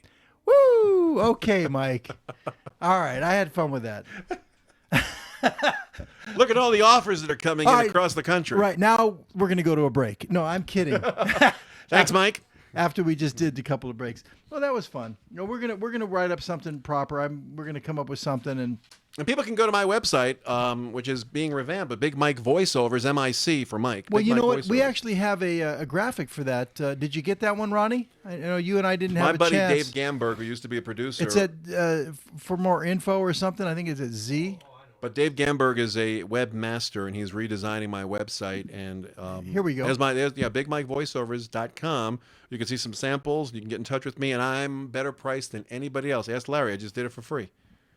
Well, I'm going to hit you up for free. That was We will take care of you, Larry. that was nothing right there. No, I know that. You This know. will be prepared, and I'll pre-read. And Yeah. No, we'll produce listen. it for you. I've got a whole team of people right now helping me for Bupkis. Anyway, but I'm amazed at your studios, at your vim and vigor, and how you do this after working 72 hours on television at Shop.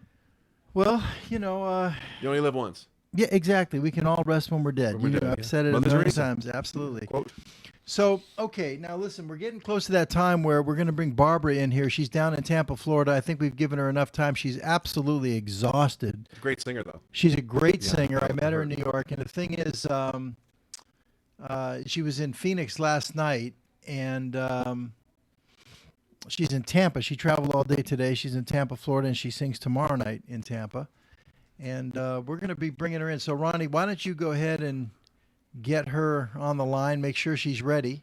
My daughter is going to be 12. And Right. She watches the repeats because I'm sitting there doodling on the computer. Yep. And she watches it. And this is stuff that's so foreign to her, but she finds so fascinating when you bring people back into the classic film zone. She's 11, going to be 12, and she loves it, Larry. Well, Thanks to you. she'll probably end up going to film school, and it will cost you like $80,000 a year at She's USC. well worth it, and I love her that much. So you better strike it big because she's going to cost you a fortune for film school. I got the wallet ready. Yeah, well, we're going to both strike it big. Thank you. You're already a big. So it says internet connection. Are we okay with that, Ronnie? Okay. Well, okay then. I think looks like Barbie is standing by. So let's do it, Ronnie. Let's go to the Classic Film Zone.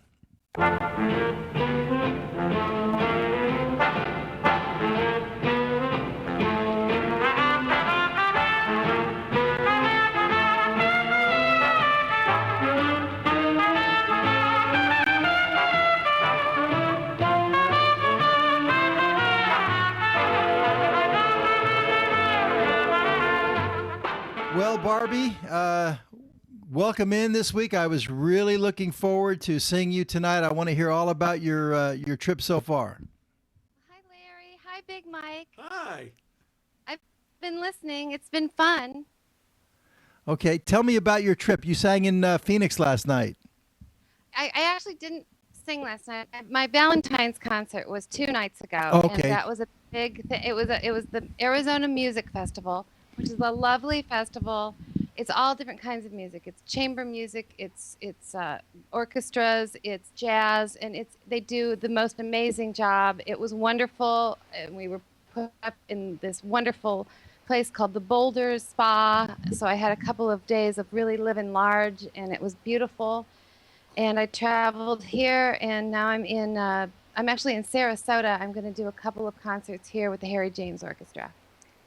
Sarasota, I've been there. I know it from my softball days back in about 1983.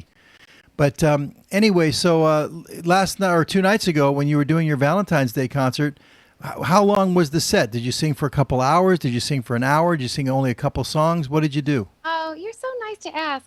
It was 2 45-minute sets. It was a dinner. It was a lovely Valentine's dinner, and then they asked me to choose the greatest love songs I could think of. I mean, what an order. So I was there with the pianist, my friend Connell Fouts, the one who plays with the Woody Allen Band. and we just chose just some great things from the 20s all the way to the 60s, and they were crazy about it. It was, how can you go wrong on Valentine's Day? How were there any of those songs, those great love songs that I might know? That you would know? Well, I did a bunch of Johnny Mercer songs. I did You Must Have Been a Beautiful Baby. I did The Days of Wine and Roses. Mm-hmm. And, you know, a whole bunch of Cole Porter, because Connell just nice. been doing all the Cole Porter stuff. And what else? It's just, you know, so much to choose from. Okay. All right. Well, tonight we're for the Classic Film Zone. I know we're doing the Philadelphia story. What do you got, Barbara? Yeah, I'm trying to make a segue with all your talk of New Jersey and in New York, but I mean, the Philadelphia story is set in a very wealthy suburb of Philadelphia, and was filmed in 1940 from a story written by Philip Barry that was on Broadway in 1939, in which Katharine Hepburn starred, and he wrote this for her. So it's very much about Katharine Hepburn, and it's her persona throughout it. And then Katharine Hepburn got a hold of the rights for the movie.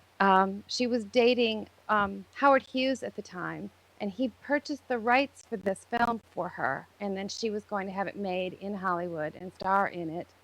And originally she wanted Clark Gable and Spencer Tracy in the lead male roles, but they were unavailable, so she ended up with Cary Grant, you know, that's rough, and Jimmy Stewart. All right. So Jimmy, yeah, well, I was going to say, Barbara, you know, you and I had communicated by email, and you had mentioned that you saw the trailer, that you thought that was pretty cool. Of course, I know we're going to get to some clips, but I was able to find the trailer. Is that something that you think you want to show? We could show the trailer, and then we won't show that beginning clip. So why don't we show the trailer, and then we won't do the beginning clip, because the beginning clip is in the trailer, and it's so funny. Yeah, the beginning clip is pretty funny, actually. But yeah, you're right. That's in the trailer. Larry. All right, Ronnie, you heard the lady. Yes, please, Ronnie.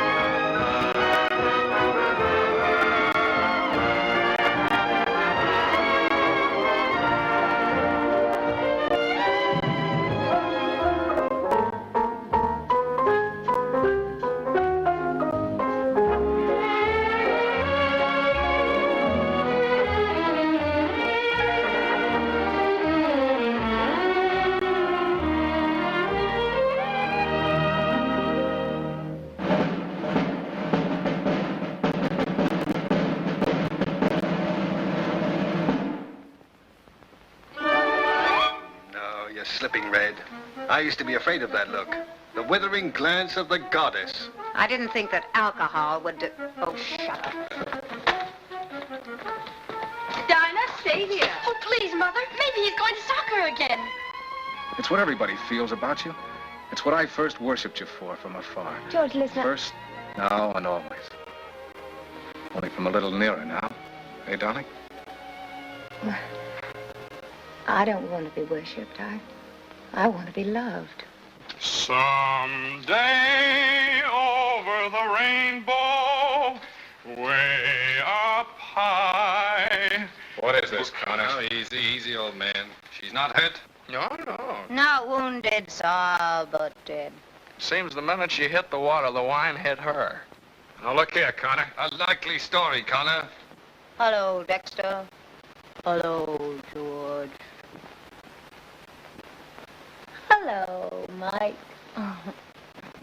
You have a good mind, a pretty face, a disciplined body that does what you tell it. You have everything that it takes to make a lovely woman except the one essential, an understanding heart. And without that, you might just as well be made of bronze. And the night that you got drunk on champagne and climbed out on the roof and stood there naked with your arms out to the moon, wailing like a banshee. I told you I never had the slightest recollection of doing any such thing. What in the name of all that's holy am I to do? Tracy. Yes, Mike. Old Parson Parson, he's never seen Kidridge before, has he? Now look, I got you into this thing, and I'll get you out of it. Will you marry me, Tracy?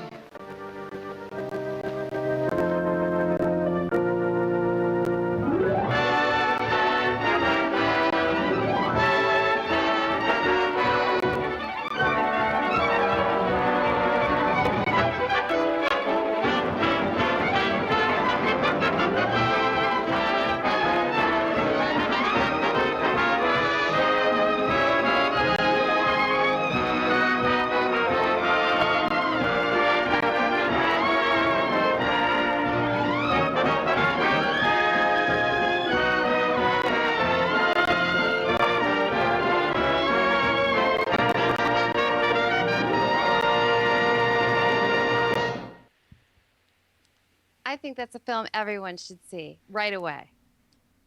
Well, absolutely. Yes, Barbara. Absolutely. You know, last week when you had mentioned that, you wanted to do the Philadelphia story, we were trying to think of something for Big Mike and all that. And I don't know if Philadelphia story was a good mix or not, but nevertheless, I couldn't really recall the movie. And as soon as I started watching it, I remembered, oh, yeah, this was the High Society picture. You know, because I'm more familiar. It's actually on a list of AMC film sites of the favorite 100 films on AMC. I mean, it's a pretty well-known, well-loved film. Yeah, and I had seen it before. It just was a lot of years, actually, for me. But and it's great. I love Katharine Hepburn. But for me, I'm sorry. As much as I love it, and I will favor Katharine Hepburn over Grace Kelly, and I will even favor Cary Grant over Bing Crosby. But, But I just can't. And Jimmy Stewart won I can't favor him over Frank Sinatra. I just can't. Oh, all right. So we're going to make that comparison. I love Frank, but.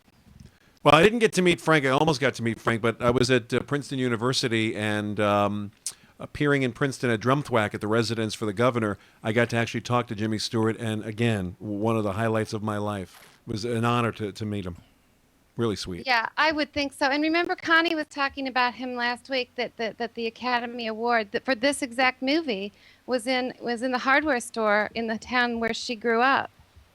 Wow. Yeah. Remember that, Larry? I do. Yeah, wasn't that cute? It was, absolutely. And of course, James Stewart, did not get top billing in this movie, but yet he was the one that walked away with the Academy Award. Well, the story about that really is that, 1939, the year before this, was one of the most amazing years for films ever. It was the year of Goodbye, Mr. Chips, of Gone with the Wind, and Jimmy Stewart was in Mr. Smith Goes to Washington. Right. And gave a really unbelievable performance, but he did not get the Oscar, and that happens so often. Instead, Robert Donat got it for Goodbye, Mr. Chips, and that was a wonderful film. I love that film too, but it kind of, I think that this award was sort of a, we know you should have had it last year, and we want you to have it. But he always felt that Fonda should have won it for The Grapes of Wrath, which was from this year, 1940, and that is an amazing film. Okay, Barbara, fantastic. What are you going to show us from this movie? Well, the next thing I'd like to show you is a scene between Jimmy Stewart and Cary Grant. It's when they get drunk, or at least Jimmy Stewart is drunk. And this scene I know was filmed in one shot, and Jimmy actually threw something in there that Cary wasn't expecting. He started to hiccup, and he kind of threw Cary off, but Cary laughs and he looks down, if you'll notice. And it's pretty cute because it's a little bit of ad-libbing, and it just shows two wonderful actors at the height of their, careers, very handsome and yet so funny too. So this is the Jimmy and Cary get drunk scene, Ronnie, if you please.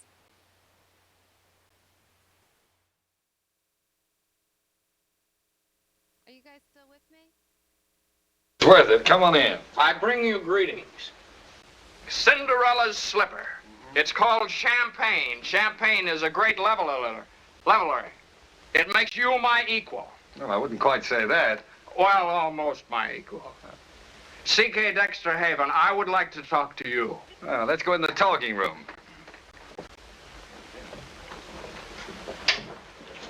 Don't tell me the party's over so soon. No, no, I just felt like talking to you. Oh, that's nice.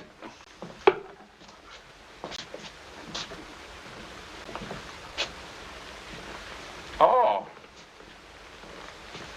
Oh, I wonder if I might borrow a drink. Certainly. Coast to Newcastle. Yeah. Yeah. Hmm?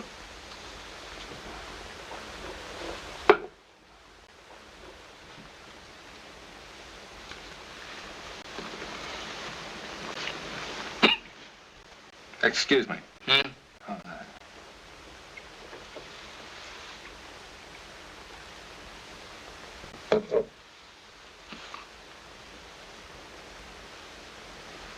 What's this? What's it, my book? Yes. C.K. Dexter Haven, you have unsuspected depth. Oh, thanks, old chap. But have you read it? Well, I was trying to stop drinking. I read anything. And did you stop drinking? Yes. Your book didn't do it, though. Are you still in love with her? Or perhaps you consider that a very personal question. Not at all. Liz thinks you are. Liz thinks you are. But of course, women like to romanticize about things. Yes, they do, don't they? Yes, they do, don't they? I don't know. I can't understand how you can have been married to her and still know so little about her. Can't you? No, I can't you. I have the hiccups. I wonder if I might have another drink. Certainly. Thank you.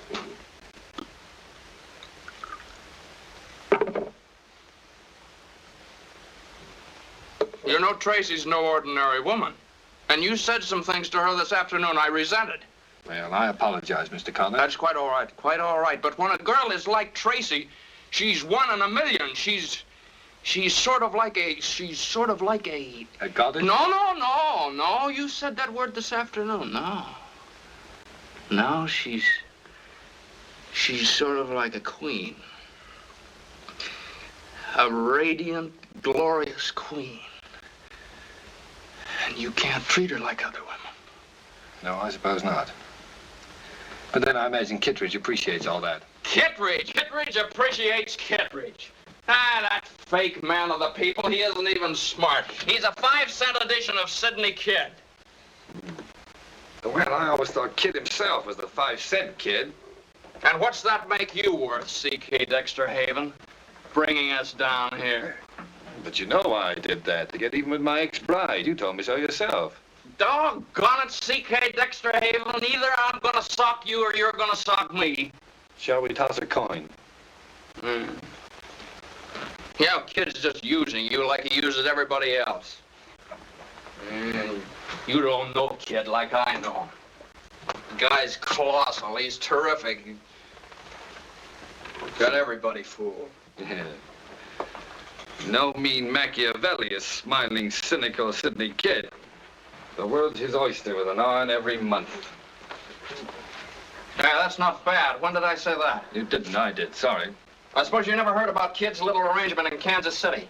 No. In San Francisco. Let me tell you about the time he went to Boston to be awarded the Sarah Langley Medal for World Peace.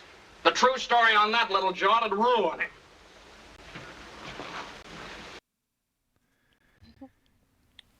Very nice scene. You know. Yeah, in one take. Yeah, very nice scene, Barbara. You know,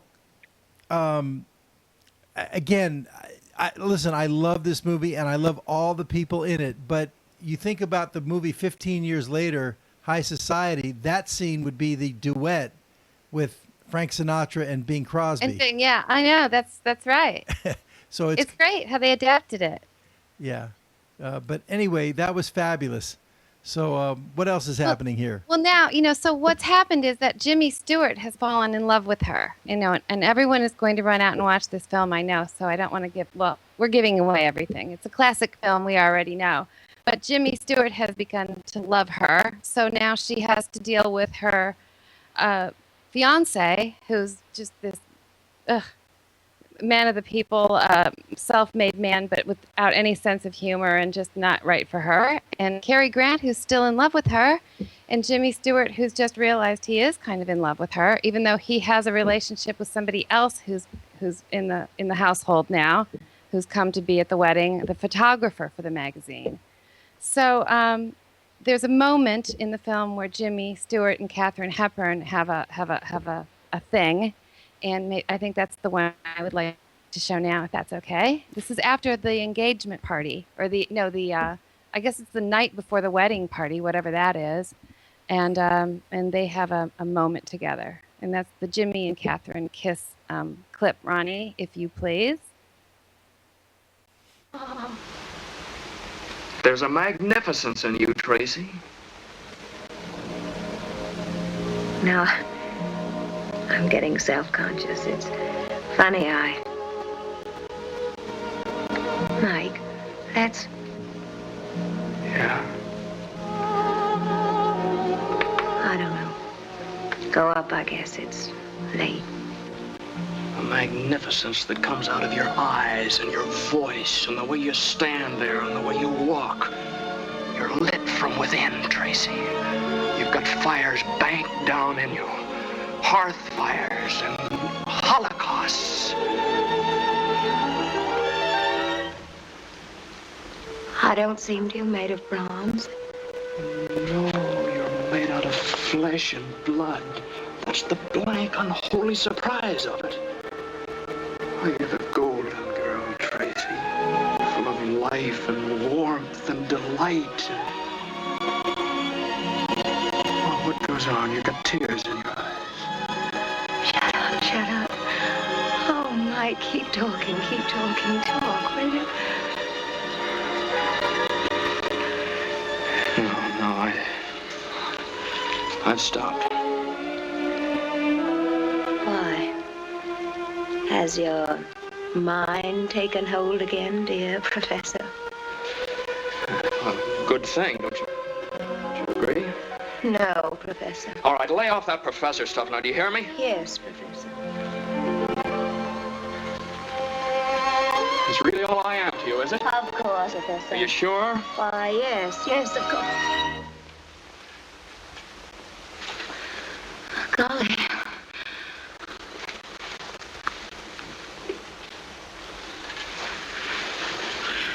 Golly, Moses. Tracy. Mr. Carter. Let me tell you something, No, don't all Tracy. of a sudden I got the shakes. It can't be anything like love, can it? No, it mustn't be. It can't. Would it be inconvenient? Terribly. Anyway, I know it isn't. Oh, Mike, we're out of our minds. Right into our hearts. That music. It does, doesn't it? Tracy, you're so As if my insteps were melting away. What is it? Have I got feet of clay or something? Tracy. It's not part of the pool. It's just over the lawn and in the birch grove. It'll be lovely now. Tracy, you're tremendous. Put me in your pocket, Mike.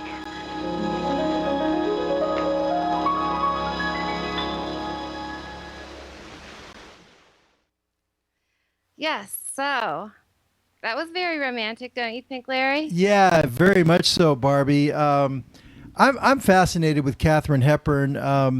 I really am. She's definitely one of my favorites. When you talk about, all of the old actresses, if we can, like people talk about Betty Davis and Joan Crawford and Marlene Dietrich, and for some reason she seems to get overlooked. And for me, of course, she won more Academy Awards than any of them. But, I'll take Katharine Hepburn over all of them. I mean, really, Morning Glory, 1933. I love that movie. I know, and Alice Adams. Yeah, she's just so graceful and just so elegant. And, I love the fact that she was such a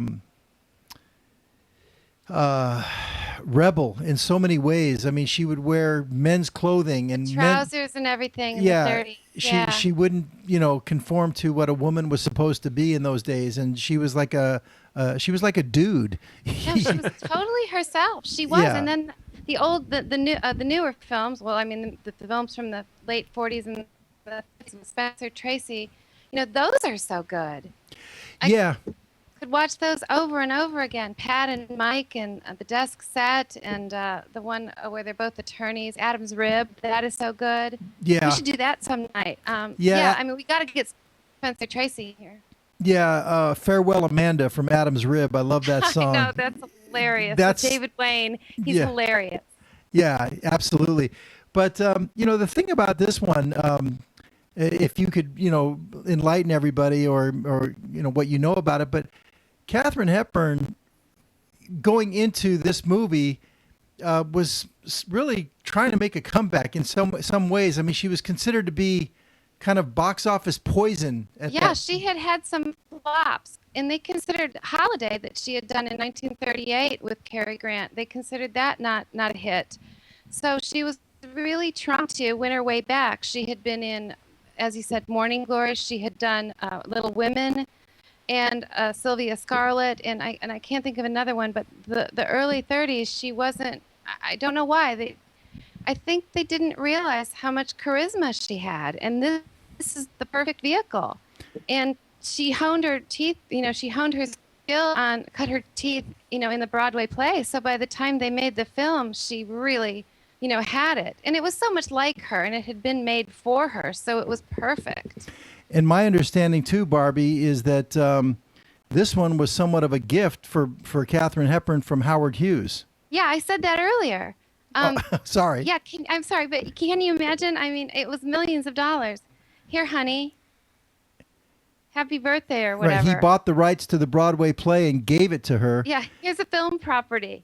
Right, and so I guess she shopped it or whatever, and whoever took it, she was going to have to star in it. And I don't understand, Larry. I'd like a film.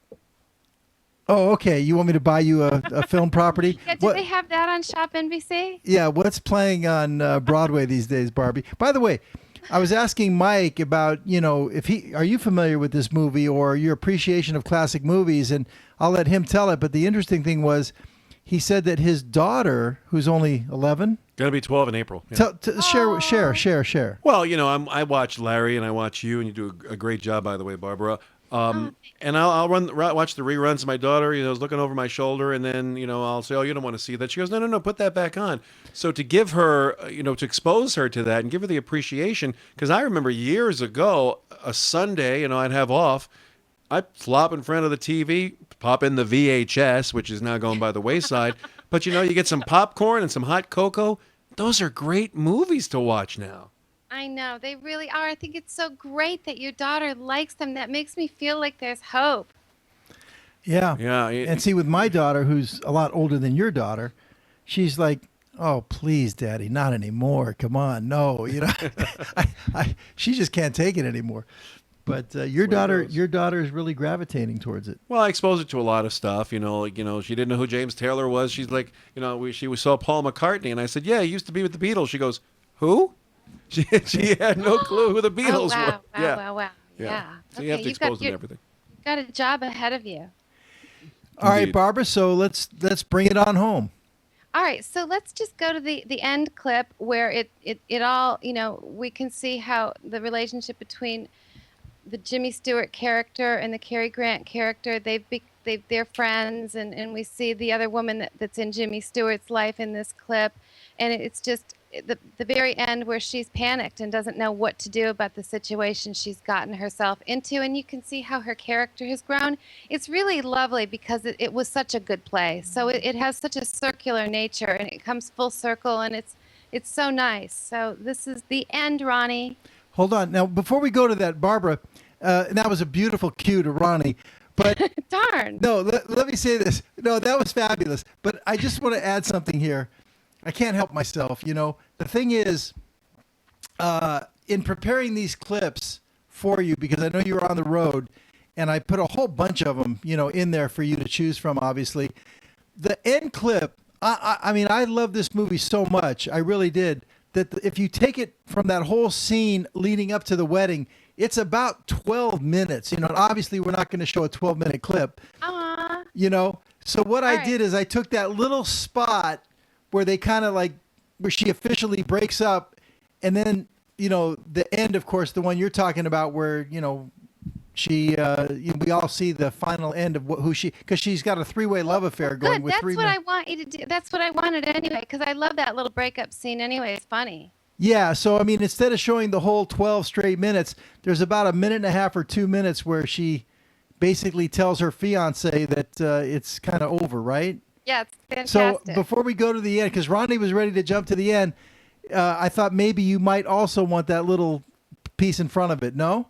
Yeah, definitely. I'm so glad. Okay, so Ronnie, what you'll have to do is play, kind of back to back, because they're not stitched. But thank you, Barbara. Thank you, Larry. Oh, on the very eve of your wedding, an affair with another man. I told you I agreed, George, and I tell you again, good riddance to me. Tracy, your attitude is a little difficult to understand.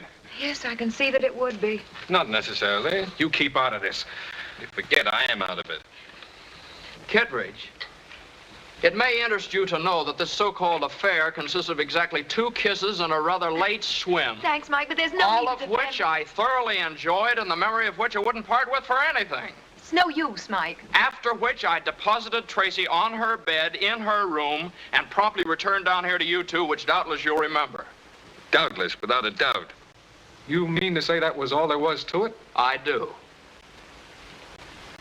Why? Was I so unattractive, so distant, so forbidding, or something Well, this that is you... fine talk, too. I'm asking a question. You were extremely attractive, and as for distant and forbidding, on the contrary, but you also were a little the worse or better for wine, and there are rules about that.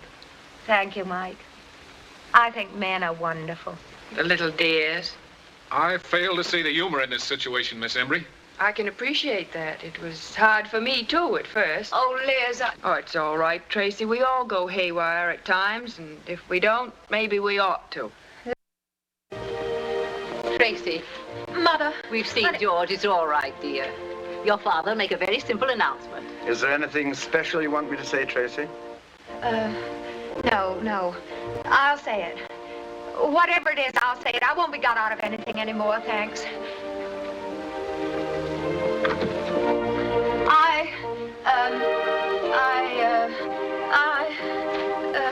Hello. Good morning. Stop that music. I'm terribly sorry to have kept you waiting, but there's been a slight hitch in the proceedings. I've made a terrible fool of myself, which isn't unusual. And my fiancé that is, he thinks we better call it a day. And I quite agree with him. Peace is wonderful. Dexter, what next? 2 years ago, I did you out of a wedding in this house by eloping to Maryland. 2 years ago, you were invited dear? to a wedding Just in this alone. house. And Here, put this then ring in your I vest did you out pocket. of Don't it, have a I hat, wrote then you hold in your to hand. Maryland, Which was very bad manners. which was very bad manners. But I hope to make it up to you by going through with it now as originally planned. But I hope to make it up to you by going beautifully through with it now, as originally and most beautifully planned. So if you just keep your seats for a minute, So if you'll just keep your seats a minute, that's all. that's all. Dexter, are you sure? Not the least bit of risk, will you? You bet. You didn't do it just to soften the blow. No, Tracy. No, to save my face. Oh, it's a nice little Oh, face. Dexter, I'll be yours now. I'll promise to be yours. Be whatever you like. You're my redhead. Are you all set? All set. Best man? Honored, CK. Maid of honor? Matron of honor. Remember Joe Smith? Oh, how did this ever happen? You'd better tell Mr. Dutton to start the music. Oh, this can't be happening. It just can't. But come with me, Miss Embry. Well, come on. Let's get in there, best man. Got the ring? Yeah, the way we're dressed, we look like a couple of stowaways. See you soon, Red. See you soon, Dex. Tracy, darling. I love you, Father. I love you too, Tracy. Never in my life have I been so full of love before. Come on. Come along. Wait, how do I look? Like a queen, like a goddess. And you know how I feel. How? Like a human being. Do you know how I feel? How? Proud.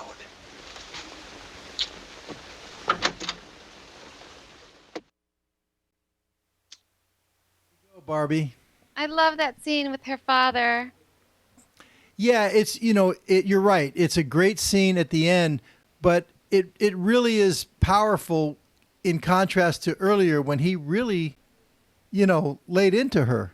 Yeah, she has learned. It's great. It's great when you see a character grow, and that's really what, good literature is. That there is an epiphany for the character, and then you see that here. I love that. Yeah. And the other thing I wanted to mention before we go is that this is one of those films that has some great character actors in it. Those studio players that we just don't really have anymore. Like Roland Young plays the uncle, and that was John Halliday, and the little sister is Virginia Weidler, and they just make the whole it's such a family, and they're so comfortable, and they're such wonderful actors, and comfortable in being second fiddle, and they make the whole film so good. And who was the actress that played the photographer? Oh, that's Ruth Hussey. And, in 1968, Franco Zeffirelli did a new version of Romeo and Juliet, and a young actress named Olivia Hussey was in it. It was a beautiful film, and that is Ruth Hussey's daughter. I really liked her in this movie because she was pretty, sarcastic or dry or... Yeah, very dry. Yeah, but it played so well. She's a great broad. I mean, she's just a great woman. Yeah, she did a fabulous job. Of course, Celeste Holm also did a great job. Well, yeah, I love her. Yeah. And everything. Yeah. I got to interview Celeste in her apartment on Central Park West many, many years ago. I saw her once at the Algonquin. I always loved her. I asked her for an autograph, and she said, that'll be 50 cents. No. Yeah, and I said... I think she used to do that. Yeah, she did that, and she for some charity. It was a very big charity, and I thought she was kidding. That's a good idea. Yeah, I thought she was kidding, and I started to leave her apartment, and she says, I was serious. I want 50 cents. And I gave it to her. Seriously. I wanted to mention earlier how much I like Peter Falk. That's fun that you got to hang out with Just him. a real sweetheart of a guy. And the book he wrote was so good. I really liked it. Not to get on Larry's, infringe upon your stuff. No, go ahead. But you seem very articulate about old movies, and you're really into it. Where did your interest come from? How did you get into it? Are you asking me or Larry? Yes, you. No, you. Oh, I was sort of born and raised on it. I mean, my father was into the big band and the music, and my mother, when we watched, nothing against Robert Osborne, God bless him, and I love that channel, certainly. But we know all that stuff. We just know it.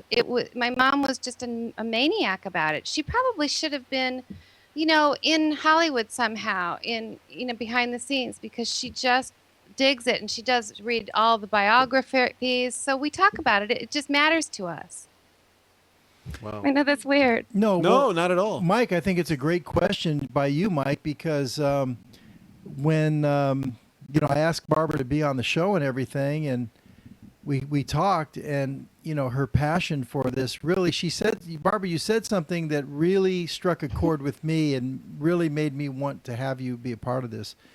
Is you said you want to just keep it alive, for the future. And that really struck a chord because that's exactly how I feel, whether or not I ever make any money with Acorn TV or whatever is one issue. And, we have all these plans and we want to do all these great things. But just to keep it alive for it's our American culture. No, it is. It's part of our collective consciousness, just like good literature and just like the songs that I sing from the 20s and the 30s. I feel there's still such a treasure trove of undiscovered things that, and I'm not adverse to new things at all, and I love new films, but I still feel there's so much to draw from, and I don't want these efforts to be overlooked. Yeah, and you also feel like you want the young people of today to know what was going on before and how it got to where it is, Yeah, and I want us all to be able to relate on a certain level. And yeah, I think it brings people closer together to know this stuff. Well, I think it's brought you and I closer together, Barbara. And Larry, would you agree that there's not many actors from yesteryear left anymore? Oh, I know. I mean, really, I mean, thank God for Clint Eastwood. And, Paul Newman's gone now. And, yeah, I know. It's so true. So true, sad. Mike. It's that, yeah. So thank you, too, for having me. Mike, it was great to meet you and hear you. And great stuff, really. It's an honor. Thank you. Larry, I can't wait to figure out what we're going to do next week. Well, you and I kind of talked about it, and unless you want to change direction here, remember you had suggested The Thin Man. Oh, goody, William Powell. So I actually went and ordered my copy today because I don't have that one. I have After the Thin Man. But we're going to do next week. Our guest is going to be Elliott Smith, who I know you know very well. Absolutely, Mr. Electronics extraordinaire. Yes. And Elliott actually advised me on a couple of my purchases here. How's the stuff? I've got the 65-inch Mitsubishi in the living room, and I've got the 40-inch Sony Google TV. Lucky you. Yeah, and Elliott, and you did so many shows with Elliott. Absolutely. As the guest, you were the host, he was the guest. And as Mike says, Barbara, he is a a whiz with electronics. I mean, computers and TVs, and I mean, he knows everything. Happens to be a Princeton grad. Oh, is he really? Yeah. Okay. We're going to find that out next week.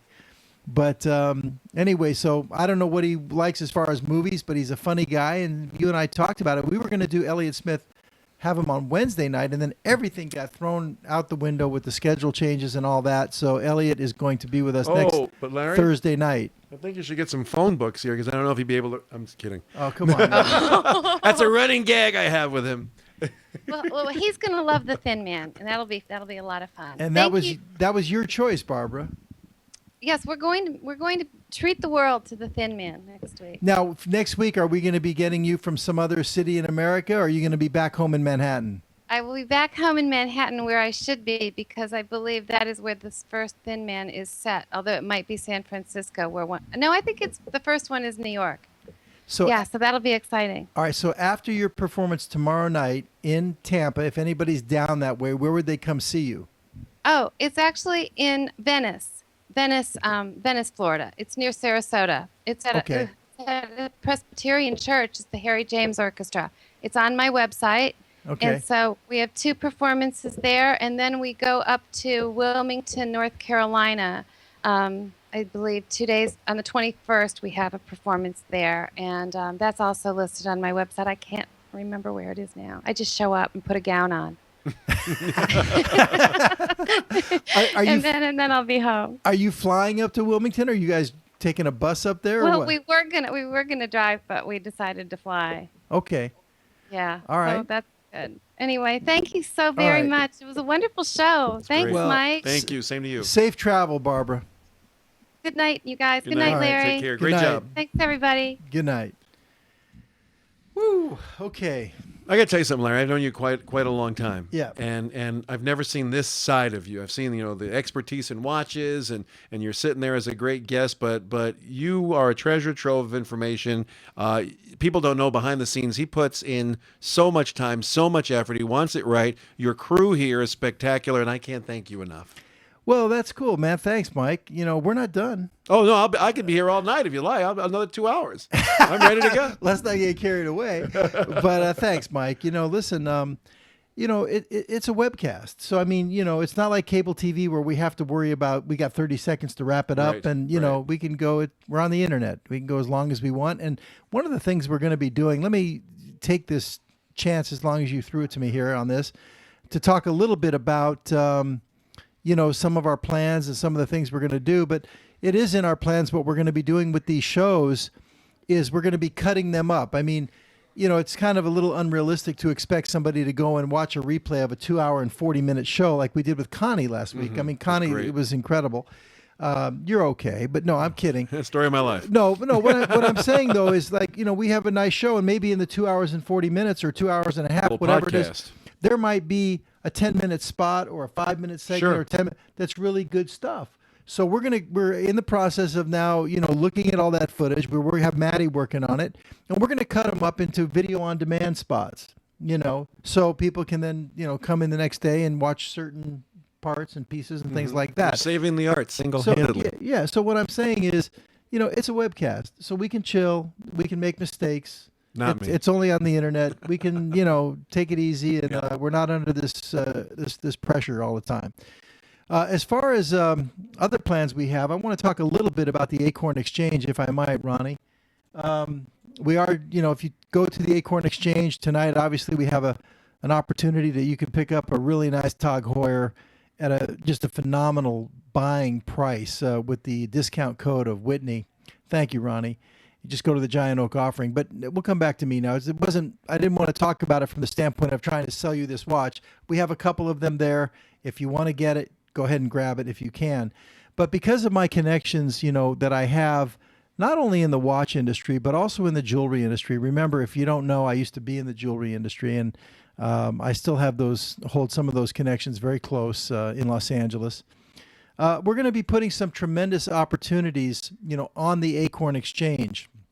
They're going to be, items that are what you might call luxury lifestyle items. If you go there now, you will see Tag Heuer, Breitling, and Oris. And of course, those are expensive items. Obviously, you know, they're $4,000 or $5,000 or $2,000 or $3,000, and that's not every day people can buy $5,000 watches, and we certainly understand that. But there is a market for that. But in the next 5 or 6 days, we're in the process right now of loading 3 new brands on the Acorn Exchange as far as watches go. We're loading Ebel, which has some absolutely gorgeous, gorgeous ladies' watches in several $1,000s, but beautiful stuff. And all of it will be at prices that are less than what you would pay in a retail store. And there might be other sites out there that might be able to beat us by 5% or something like that. But the idea is, you know, you'll be able to come to the Acorn Exchange. You know who I am. You've known me for years. Is, you know, you can buy it from somebody who you know and get a good value. And we want to bring those values to you. We're loading up right now, Mike. We're loading Ebel, Chopard. Wow. Okay. Wow. And also Hublot. You know, these are brands that don't grow on trees. Not everybody has access to these kinds of goods. So we're going to be doing that. And in the process, I'm also reaching out to my contacts in the jewelry industry. And of course, when I had my jewelry business, you know, I wasn't selling inexpensive goods. Everything was, you know, top gem quality merchandise. And those are the kind of contacts and connections that I have.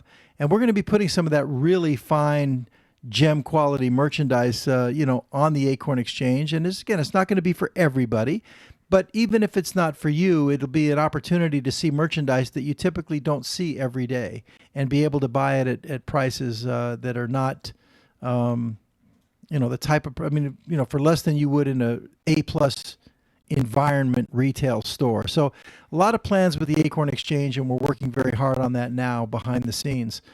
So, I mean, that's some of our plans, and we've got a few other plans too on the production side of the business. But, you know, people say, well, why do you need all these people? You know, we got Ronnie, Maddie, It's a lot to Mallory, do. you know, and Stacia out there. But I mean, there's a lot of things we're working on, and I got people in New York working with me as well. So we have a lot of plans for Acorn TV, and, you know, you're coming along for the ride, we hope. And right now, let's get back to Mike. I see we have people waiting to talk to you. Oh, we got someone on the phone. All right, John from Seattle. He wants to talk to both of us. That's very nice of you. All right. John, you're on the line. Let's go. Welcome to the show. Hey, thanks a lot. First of all, you guys are so entertaining. I can't believe we only have a few people watching tonight, but holy cow. Well, you know what? Well, that's not what I'm seeing. I'm seeing we got a decent-sized crowd right now. What are you seeing? Well, I got something on my screen that says 12 viewers. You see 12 viewers right now? Do me a favor, refresh your screen. Because that's not what I'm seeing. What are you seeing? I'm refreshing.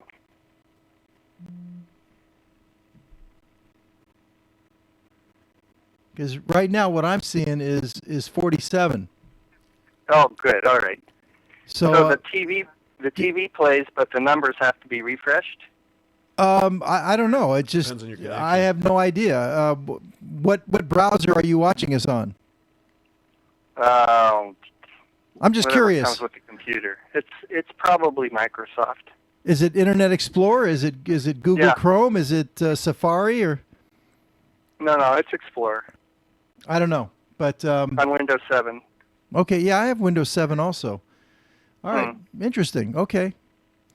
Well, anyway, for Mike. Yes. Forgive me if this bothers you and you don't like it, but an observation: when Larry had you do the cold read, and he asked you to do the second time, turn up the volume. I couldn't help but hear in your voice Robin Williams. Really? I met him once. Had Did you? That caricature. It almost sounded like early Robin Williams when he was doing Mork and Mindy. Nanu. Yeah. Well, that's not a bad thing. I don't take that as an offense at all. Thank you. Company. I want now. I want to go back. He has me. You know, when I watch the replay, I gotta look at it, and I want to listen to it to see if I can hear Robin Williams. Look for Merc.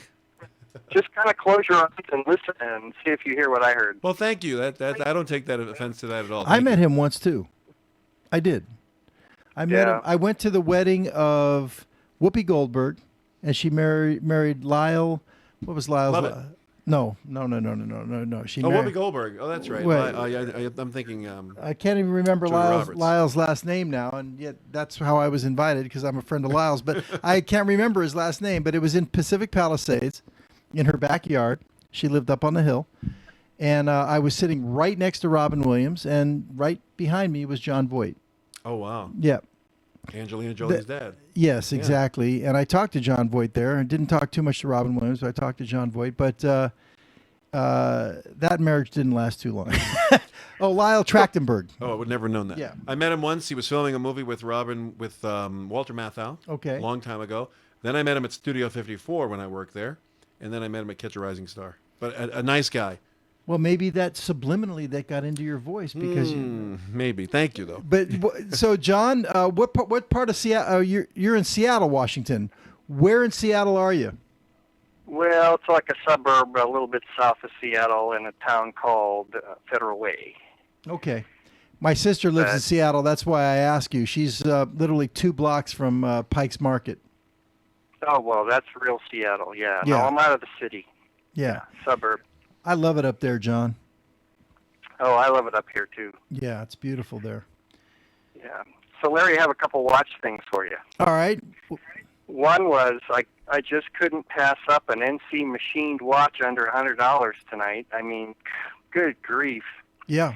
That was amazing. Well, which one are you referring to? The Aussie XL? Yeah. Yeah. Yeah, exactly. I mean, that was an absolute giveaway. And I'm telling you, I wasn't making this up on the air. You're going to have so much fun with that watch. I'm telling you, I wear mine all over town, man. I love those things. Yeah, look.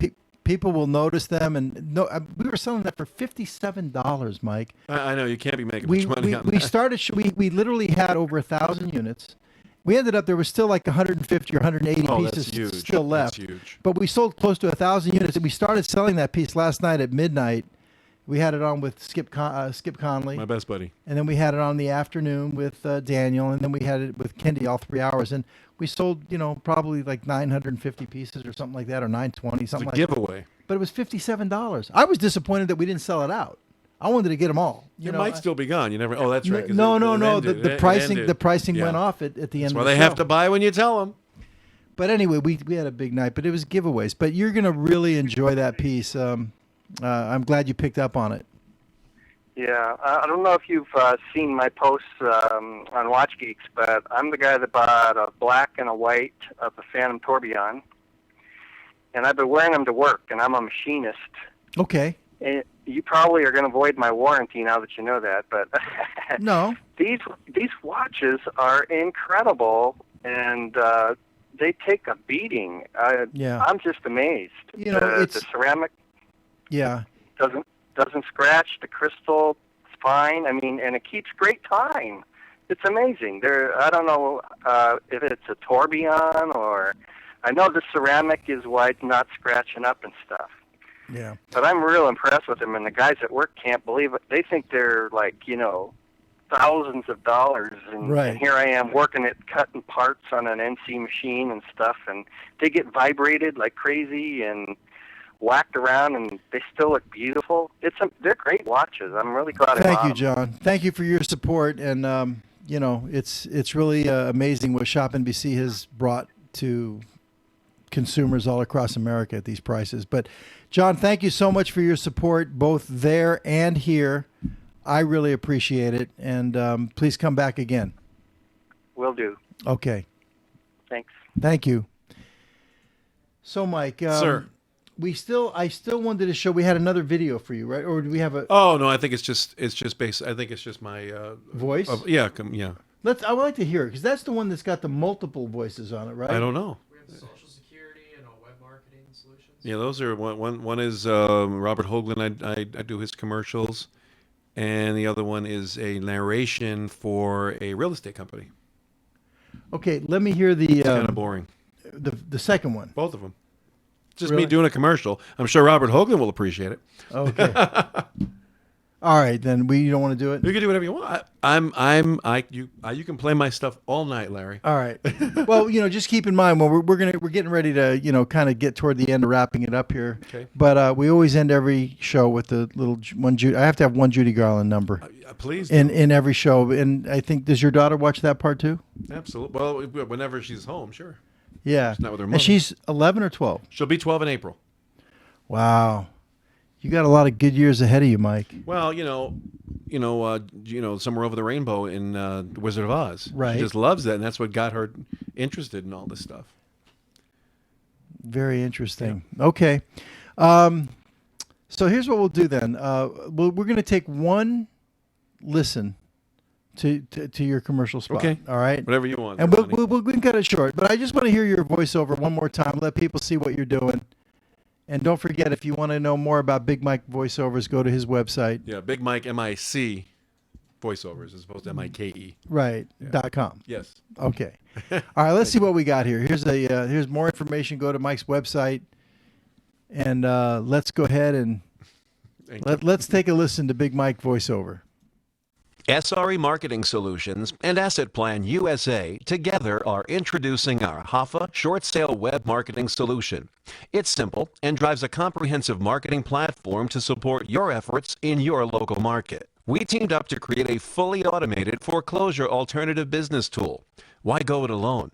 Our team has developed this leading-edge real estate solution for a unique group to help you effectively reach and communicate with your primary target, the distressed homeowner. Whether you are just beginning or already established as a foreclosure short sale expert, we have the right tools for you to succeed. We will help you localize your business and maximize your earning potential by securing your business's future. Wow. That's good. That was good. I just wanted a little smattering. Yeah, that's a long form. That's more like a narration, if you will. Okay, but that one was like calm, Mike. Yeah. It depends. People think you're behind a microphone. Imagine if you had to do it all day and you had to, it's you speaking on air when you're doing watches. After you do an hour or two, aren't you a little tired? Yeah. It gets to you because you're not talking. You're only talking a couple of minutes. Well, you're constantly talking. You're thinking. You're moving. You're I really like your website, Mike, where you have just that big mic. Yes. We're redoing it with another big mic. And that's where a lot of people said to me, you should get a website going. And I thought, what am I going to call it? Well, it's a microphone. And my nickname for years, Big Mike. Right. Big Mike voiceovers. And yeah, it's just a big microphone. Yeah. And I think it's so cool. And when I saw that, what it made me think of, I don't know if you ever saw this or not, but it's funny because, we're working on some new artwork and graphics for Chillin' with Larry and Megan right now. And my graphics man, who is more than a graphics man, he is a true art director. Wow. He's phenomenal. But anyway, he sent over some samples today, and it also made me think of the exact same thing as your big microphone.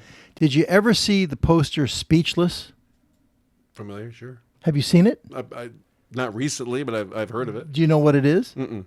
Speechless is the characters. Yes. For Mel Blanc. Yes, that's right. It's absolutely it's breathtaking. It's brilliant, Yeah. and of course Mel Blanc, when he passed away, of course he did all the voices for Tweety Bird and Sylvester the Cat and all these things, and so they did a poster, Warner Brothers did, and they had all the characters lined up, and there's just this one microphone, microphone stand, just an empty mic with the spotlight coming down on it. They all have their heads bowed, and it says just Speechless because he was the voice that passed away. I have a voiceover friend that met him. Yeah. And auditioned for him, and now he does a lot of the characters that Mel Blanc does. But getting back to your point, it's such a touching photograph where the voices are silenced and they're all sad looking at the microphone. Yeah, all the characters. And it's an illustration because these are cartoons. But they are? Sorry. Yeah, they are? Okay. Anyway. It's amazing. That was good. Good one. All right. But so, you have the big microphone, and I thought of that, but you're not dead. You're still here. I'm still around. And I should have brought something. And my daughter did a public service announcement. She just sat down in front of the microphone for bullying, and really? I've sent that out. Yeah. God and bless her. getting God a lot- bless her. Yeah, not good. Boy. Yeah, Get on her. pressed wood here. That's right. Hey, wait, there we go. Knock wood. You're right. Anyway, so I like the design on your website. It looks really nice. You're gonna like the new one even better. Yeah, you showed me. Yeah. What you're working on. Yeah, it's cool. pretty cool, Thanks, man. Dave Gamberg. It looks pretty cool. All right, well, I think it's that time. You got anything else? I mean, before we go to the last segment, you got anything else? I was gonna sing the Carol Burnett song. I'm so glad we Had this time together just to have a laugh or sing a a song. song. Seems we just get started, and before you know it, comes the time we have to say, Here's looking at you, kid. so long. And then she tugs on her ear. Yeah. Now, nobody out there even knows what we're talking about. Oh, some people do. Yeah. What was that, like in the 1965 maybe? Yeah, she was just on David Letterman. She's got a new book coming out. She's still alive? She's still alive. She's Wow. still kicking. Yeah, absolutely. Yeah, Thanks, everybody. I used to love watching that show. I mean, that was absolutely, can't miss television. I wonder how many emails we're going to get. Can you believe Mike and Larry just sang a song? Well, it's not really a song. It's like a commercial. Yes, but we still sang, buddy. You call that singing? Well, Kendi tried to get me to sing tonight, and I'm not going to do that on ShopNBC. There used to be Kendi's good at getting me in trouble. Yeah. Oh, well, yes. Kenny's good at that. Yeah. And she started to get me in trouble again tonight. But anyway, I had mentioned, we did the Uptown Ozzy watch tonight, and so Kendi said, "Are you ready to go uptown?" Meaning to the Uptown Ozzy XL. And the first thing I thought of, I didn't say it right away, but I couldn't let the whole presentation go without bringing it up. I got to throw my little, jazz music in there. Right. And of course, one of the great jazz songs of all time was "Let Me Off Uptown" by the Gene Krupa Band with Anita O'Day Great drummer. as the singer. And I think it was probably around 40, 42, 43, somewhere in that range there. And I mentioned it to Kendi. I said, "Have you ever heard 'Let Me Off Uptown'?" She said, "No, Larry, because, Sing it for us. Right. Oh, you were watching? No, I'm guessing I know Yeah. Kendi, yeah. See, come on, Larry, sing. And I mean, first of all, I can't remember the words, "Let me off uptown" or whatever, and I'm not going to sing on ShopNBC. Are you crazy? The sound of They'll TVs, give me, I'll get the hook so fast the there. sounds of TVs clicking off across America. Just Yeah, deadly. I mean, if I could sing, Deafening. I wouldn't even be working if I could sing. That's all I would ever do, But "Let Me Off Uptown," Anita O'Day, just absolutely classic. I mean, incredible. What's the impetus for the Judy Garland loving of her? I mean, I love her too. Well, the genesis for it basically is my mother. Really? Yeah, my mom loved Judy Garland, and of course, in our house growing up, I had a younger sister who's 3 years younger, and she's actually the one that got me hooked on the old films. I thought my sister was weird. I said, my God, we're watching, I'm into the Beach Boys and the Beatles and this kind of stuff. And my sister's, doing ballet and tap dance and watching these old films. And as a little girl, and I thought, what is wrong with her? But, but as I got older, wow, in my late teens and early 20s, I started, really getting into it. And my sister really rubbed off on me on the old films. But on the music, man, my mom loved Judy Garland. My dad loved Nat King Cole. My dad would even play the piano, and he'd, do Nat King Cole songs and stuff like that. I've got my dad's, I'll show you after we're done, I've got my dad's old Nat King Cole, LPs. They're probably worth, $2. But anyway, I've got... More to you, though. No, but it's incredible. But anyway, so we would definitely, in those days, we had probably at least 2 TVs, maybe 3, because I had one, my uncle gave me his old TV, and I'd stay up in my room at 7 years old. I can remember watching Jack Parr and Steve Allen, up till like 1 o'clock in the morning.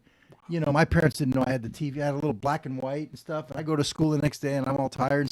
To this day, I'm up all night, but it started when I was young with that black and white TV in my room, But but when it came, I think it was Judy Garland, I think it was on Friday nights, if I remember. I can't remember for sure. But that was 1962, 1963. So I was 7, 8 years old, But my sister, myself, my mom, my dad, the Judy Garland show, we could not miss that, And she was like what a talent. She was like just a god or something. And, now my parents are gone and everything. And, there's something about Judy Garland, just her voice. And then, I was asked this question last week also by Connie, actually. And for me, she's inspiring because, you see her story. And, she was addicted to pills, and the way they worked her, the way her mother was this stage mother that just, pretty much had no mercy on her.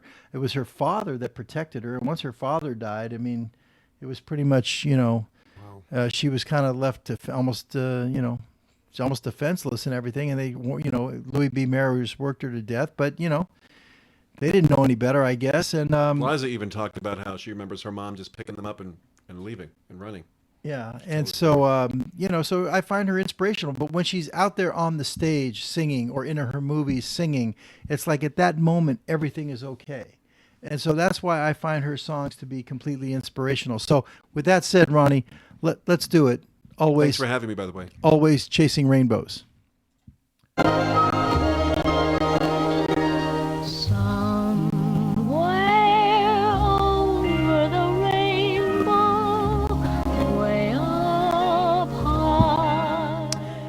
Well, as I said, Mike, for me, I find Judy Garland to be inspirational, and I was, struggling with, which one are we going to show for Judy tonight? And I know you're not really totally up on Judy, are you?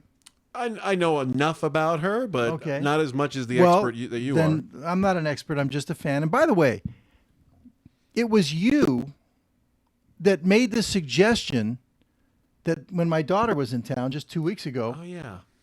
Said, there's a play at the Guthrie. I thought of you. And it's called The End of the Rainbow, and it's about the end of Judy Garland's life and over in London before she died of a drug overdose. So, you said, hey, it's Saturday night. So I said, I'm going to take my daughter and we're going to go see it. And I got to tell you, Mike, it was painful. You said that to me when we had. I thought you meant the play was terrible, but what you were really saying was to see her at that stage of her life was terrible. Yeah, exactly. I mean, it was about the end of her life, and she was an addicted mess at that time. And, it was nice to get out for the evening with my daughter and go see a real play, and it was a musical and all that kind of stuff. And the actress did an incredible job. But, to see, the tragic end of Judy's life, just like I said, it was painful to watch. But anyway, what I figured I would do is maybe kind of share a little bit, enlighten you a little bit about how, Judy Garland really coming into the public consciousness of America. Do you know what movie it was that really, where she came into the consciousness of America that really sprung her career? But was it the Wizard of Oz? No. No, it was before the Wizard of Oz. And if without this movie, she probably doesn't get the Wizard of Oz. This was Broadway Melody of 1938. And you know that scene? I've heard of the movie, but no. Yeah, Broadway Melody of 1938. It's a cool movie, but really what steals the show is little Judy Garland, and there's a whole story behind it. It was George Jessel that actually brought her to the attention of MGM. And they signed her based upon her singing talent, but they weren't sure what to do with her. And at that time in the 1930s, when movie making was still very new as far as talkies go, you saw a lot of singing and dancing in the films of those early days. And a lot of the singing was very, opera style, very operatic. And now we were getting into a time of swing and more upbeat and jazz. And they already had Deanna Durbin on their roster, who was a very, operatic singer. And they really weren't sure what to do with Judy. And they even put Judy and Deanna in these little singing competitions to decide which way they're going to go, and they weren't sure. Anyway, MGM, of course, had a huge stable of stars. They were the biggest. And Louis B. Mayer was throwing a birthday party for Clark Gable in his backyard. It was, I think, his 40th birthday party, if I'm not mistaken. And, of course, all the roster of celebrities and stars were there at the party. All the MGM cast was there. And Roger Edens, who was the musical director for MGM in those days, he worked up a special little bit. And of course, at that time, Judy Garland was probably just 14 years old. She was born in 22. So she's 37. She might have just turned 15 maybe. And so they worked up a special little birthday surprise number. And to the tune of "You Made Me Love You," Roger Edens tweaked it, and then the words and everything to "Dear Mr. Gable." Wow. You made me love you. And at the party, everybody gathered around the swimming pool in the backyard, And it's a very, well-known story. It's written about and talked about. And every star, for MGM was there, all the big stars. And Roger Edens played on the piano, and Judy Garland sang this little girl. She was only 4'11", even when she was, full-grown adult. So she was a tiny little thing. And she stepped up there, and, he played this Dear Mr. Gable, You Made Me Love You. And everybody around the pool went crazy to this 14-year-old singing Dear Mr. Gable as a fan, Wow. And they all went nuts. And from that point on, Clark Gable befriended Judy and, always was a little bit of a protector to her and everything. But in any case, Louis B. Mayer, being the sharp guy that he was, he went crazy for it. And he said to his team of people and movie makers and producers and all that, the next movie we've got, I want that song and that Dear Mr. Gable, You Made Me Love You written into the picture. And they were working on Broadway Melody of 1938. And of course, Clark Gable was not in that movie. Okay. So they put Judy Garland in the movie and they worked it into the script that she would sing to the picture of Clark Gable. Oh, wow. Okay. as a little kid and, trying to make it, or trying to, her stage mother, trying to get her auditions and everything. And so this is it. This is the scene, Dear Mr. Gable. And this is what put Judy Garland into the consciousness of America. And then, of course, after this, she got The Wizard of Oz over, they were actually looking to get Shirley Temple at that time for The Wizard of Oz. But after this, it was pretty much over. They said, Judy's got the chops. We're going to have Judy Garland play Dorothy in The Wizard of Oz. But without this, she probably doesn't get Wizard of Oz. So let's check it out, Rondi.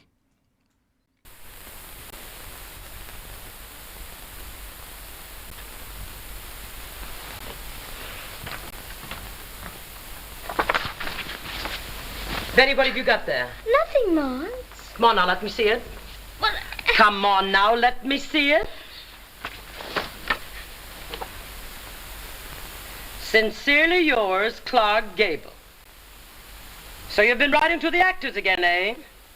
Well, I'll put a stop to that. Oh, Ma, I paid $25 for that picture. First it was Donald Duck, and now it's Clark Gable you're crazy about. Now look here, young lady. You stop thinking about these movie picture actors and you go right to sleep. And mind you, no dreaming about them either.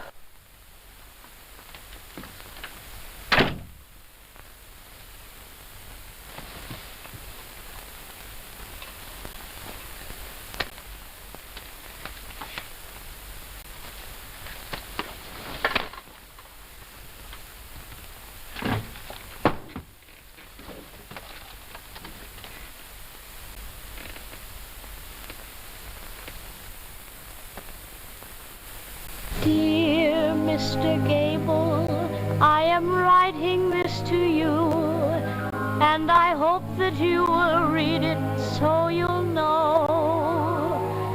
My heart beats like a hammer, and I stutter and I stammer every time I see you at the picture show.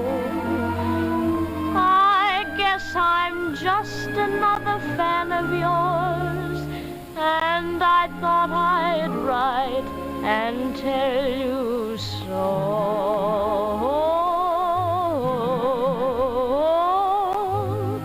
You made me love you. I didn't want to do it. I didn't want to do it.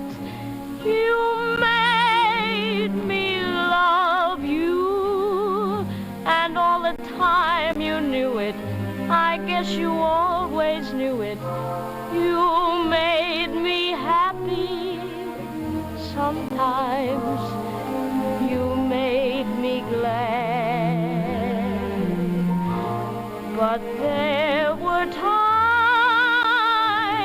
sir, you made me feel so sad. You made me sigh, 'cause I didn't want to tell you. I didn't want to tell you. I think you're grand.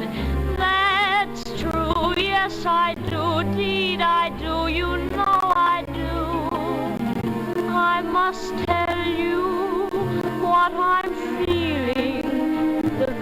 mention of your name sends my heart reeling. You know you made me love you.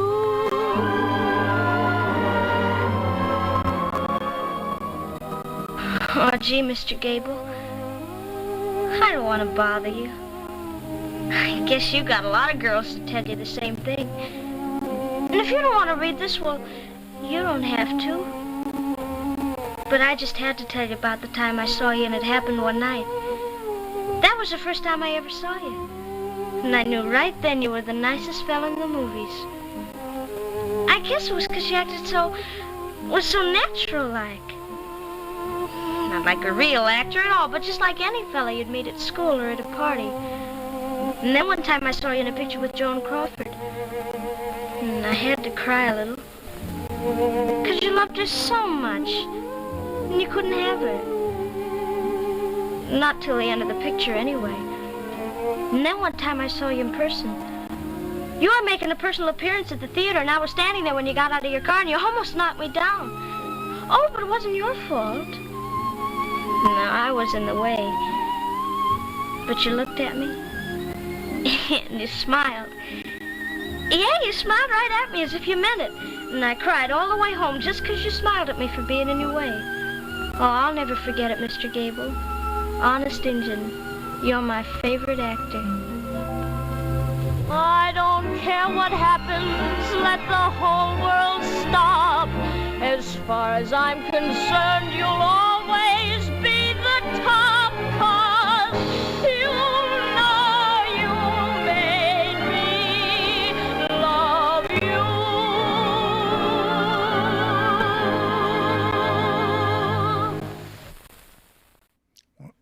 So what'd you think, Mike?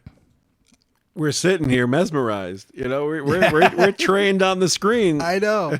Wow. I know. And did you the lady that played her mother in that movie is Sophie Tucker, and Sophie Tucker was a huge star in vaudeville, and Back in the day. you know, that was before, you know, the motion picture talkie business and all that. And in 1938, they brought her in here to play a stage mom, and you know, she did a fabulous job right there. But 15 years old, what a voice. yeah, had you ever seen that before? No. Yeah, did you like that? Did you see me drooling? No, I wasn't seeing it. Well, we weren't talking. No, we weren't talking. That's true. See, I look at that, like I said, I spoke to you during the clip. If she was lip syncing, how perfect is that?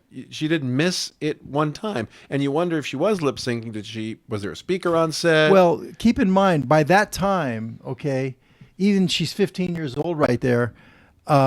She was a veteran. I mean, she started on the stage, you know, dancing and singing at the age of 3. Wow. Okay. Wow. Okay. So she was already a very experienced veteran by that time.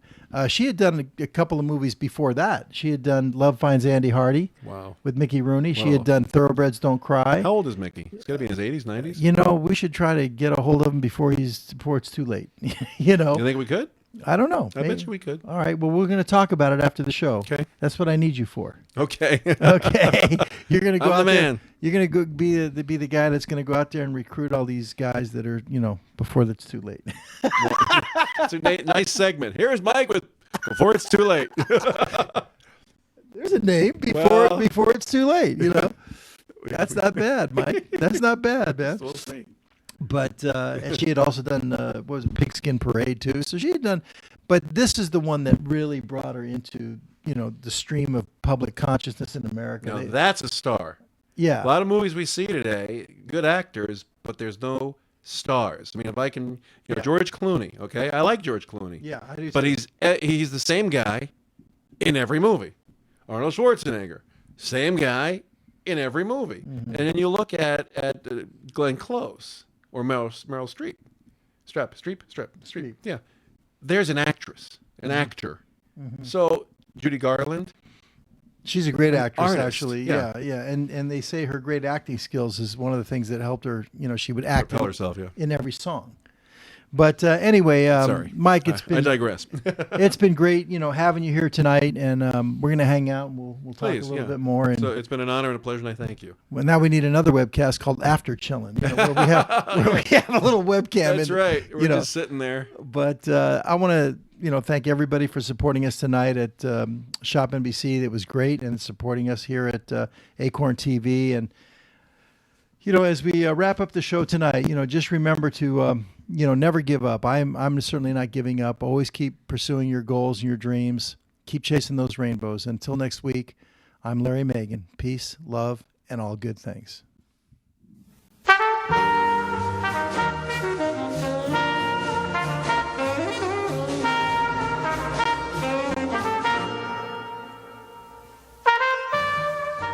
Chill with Larry Megan.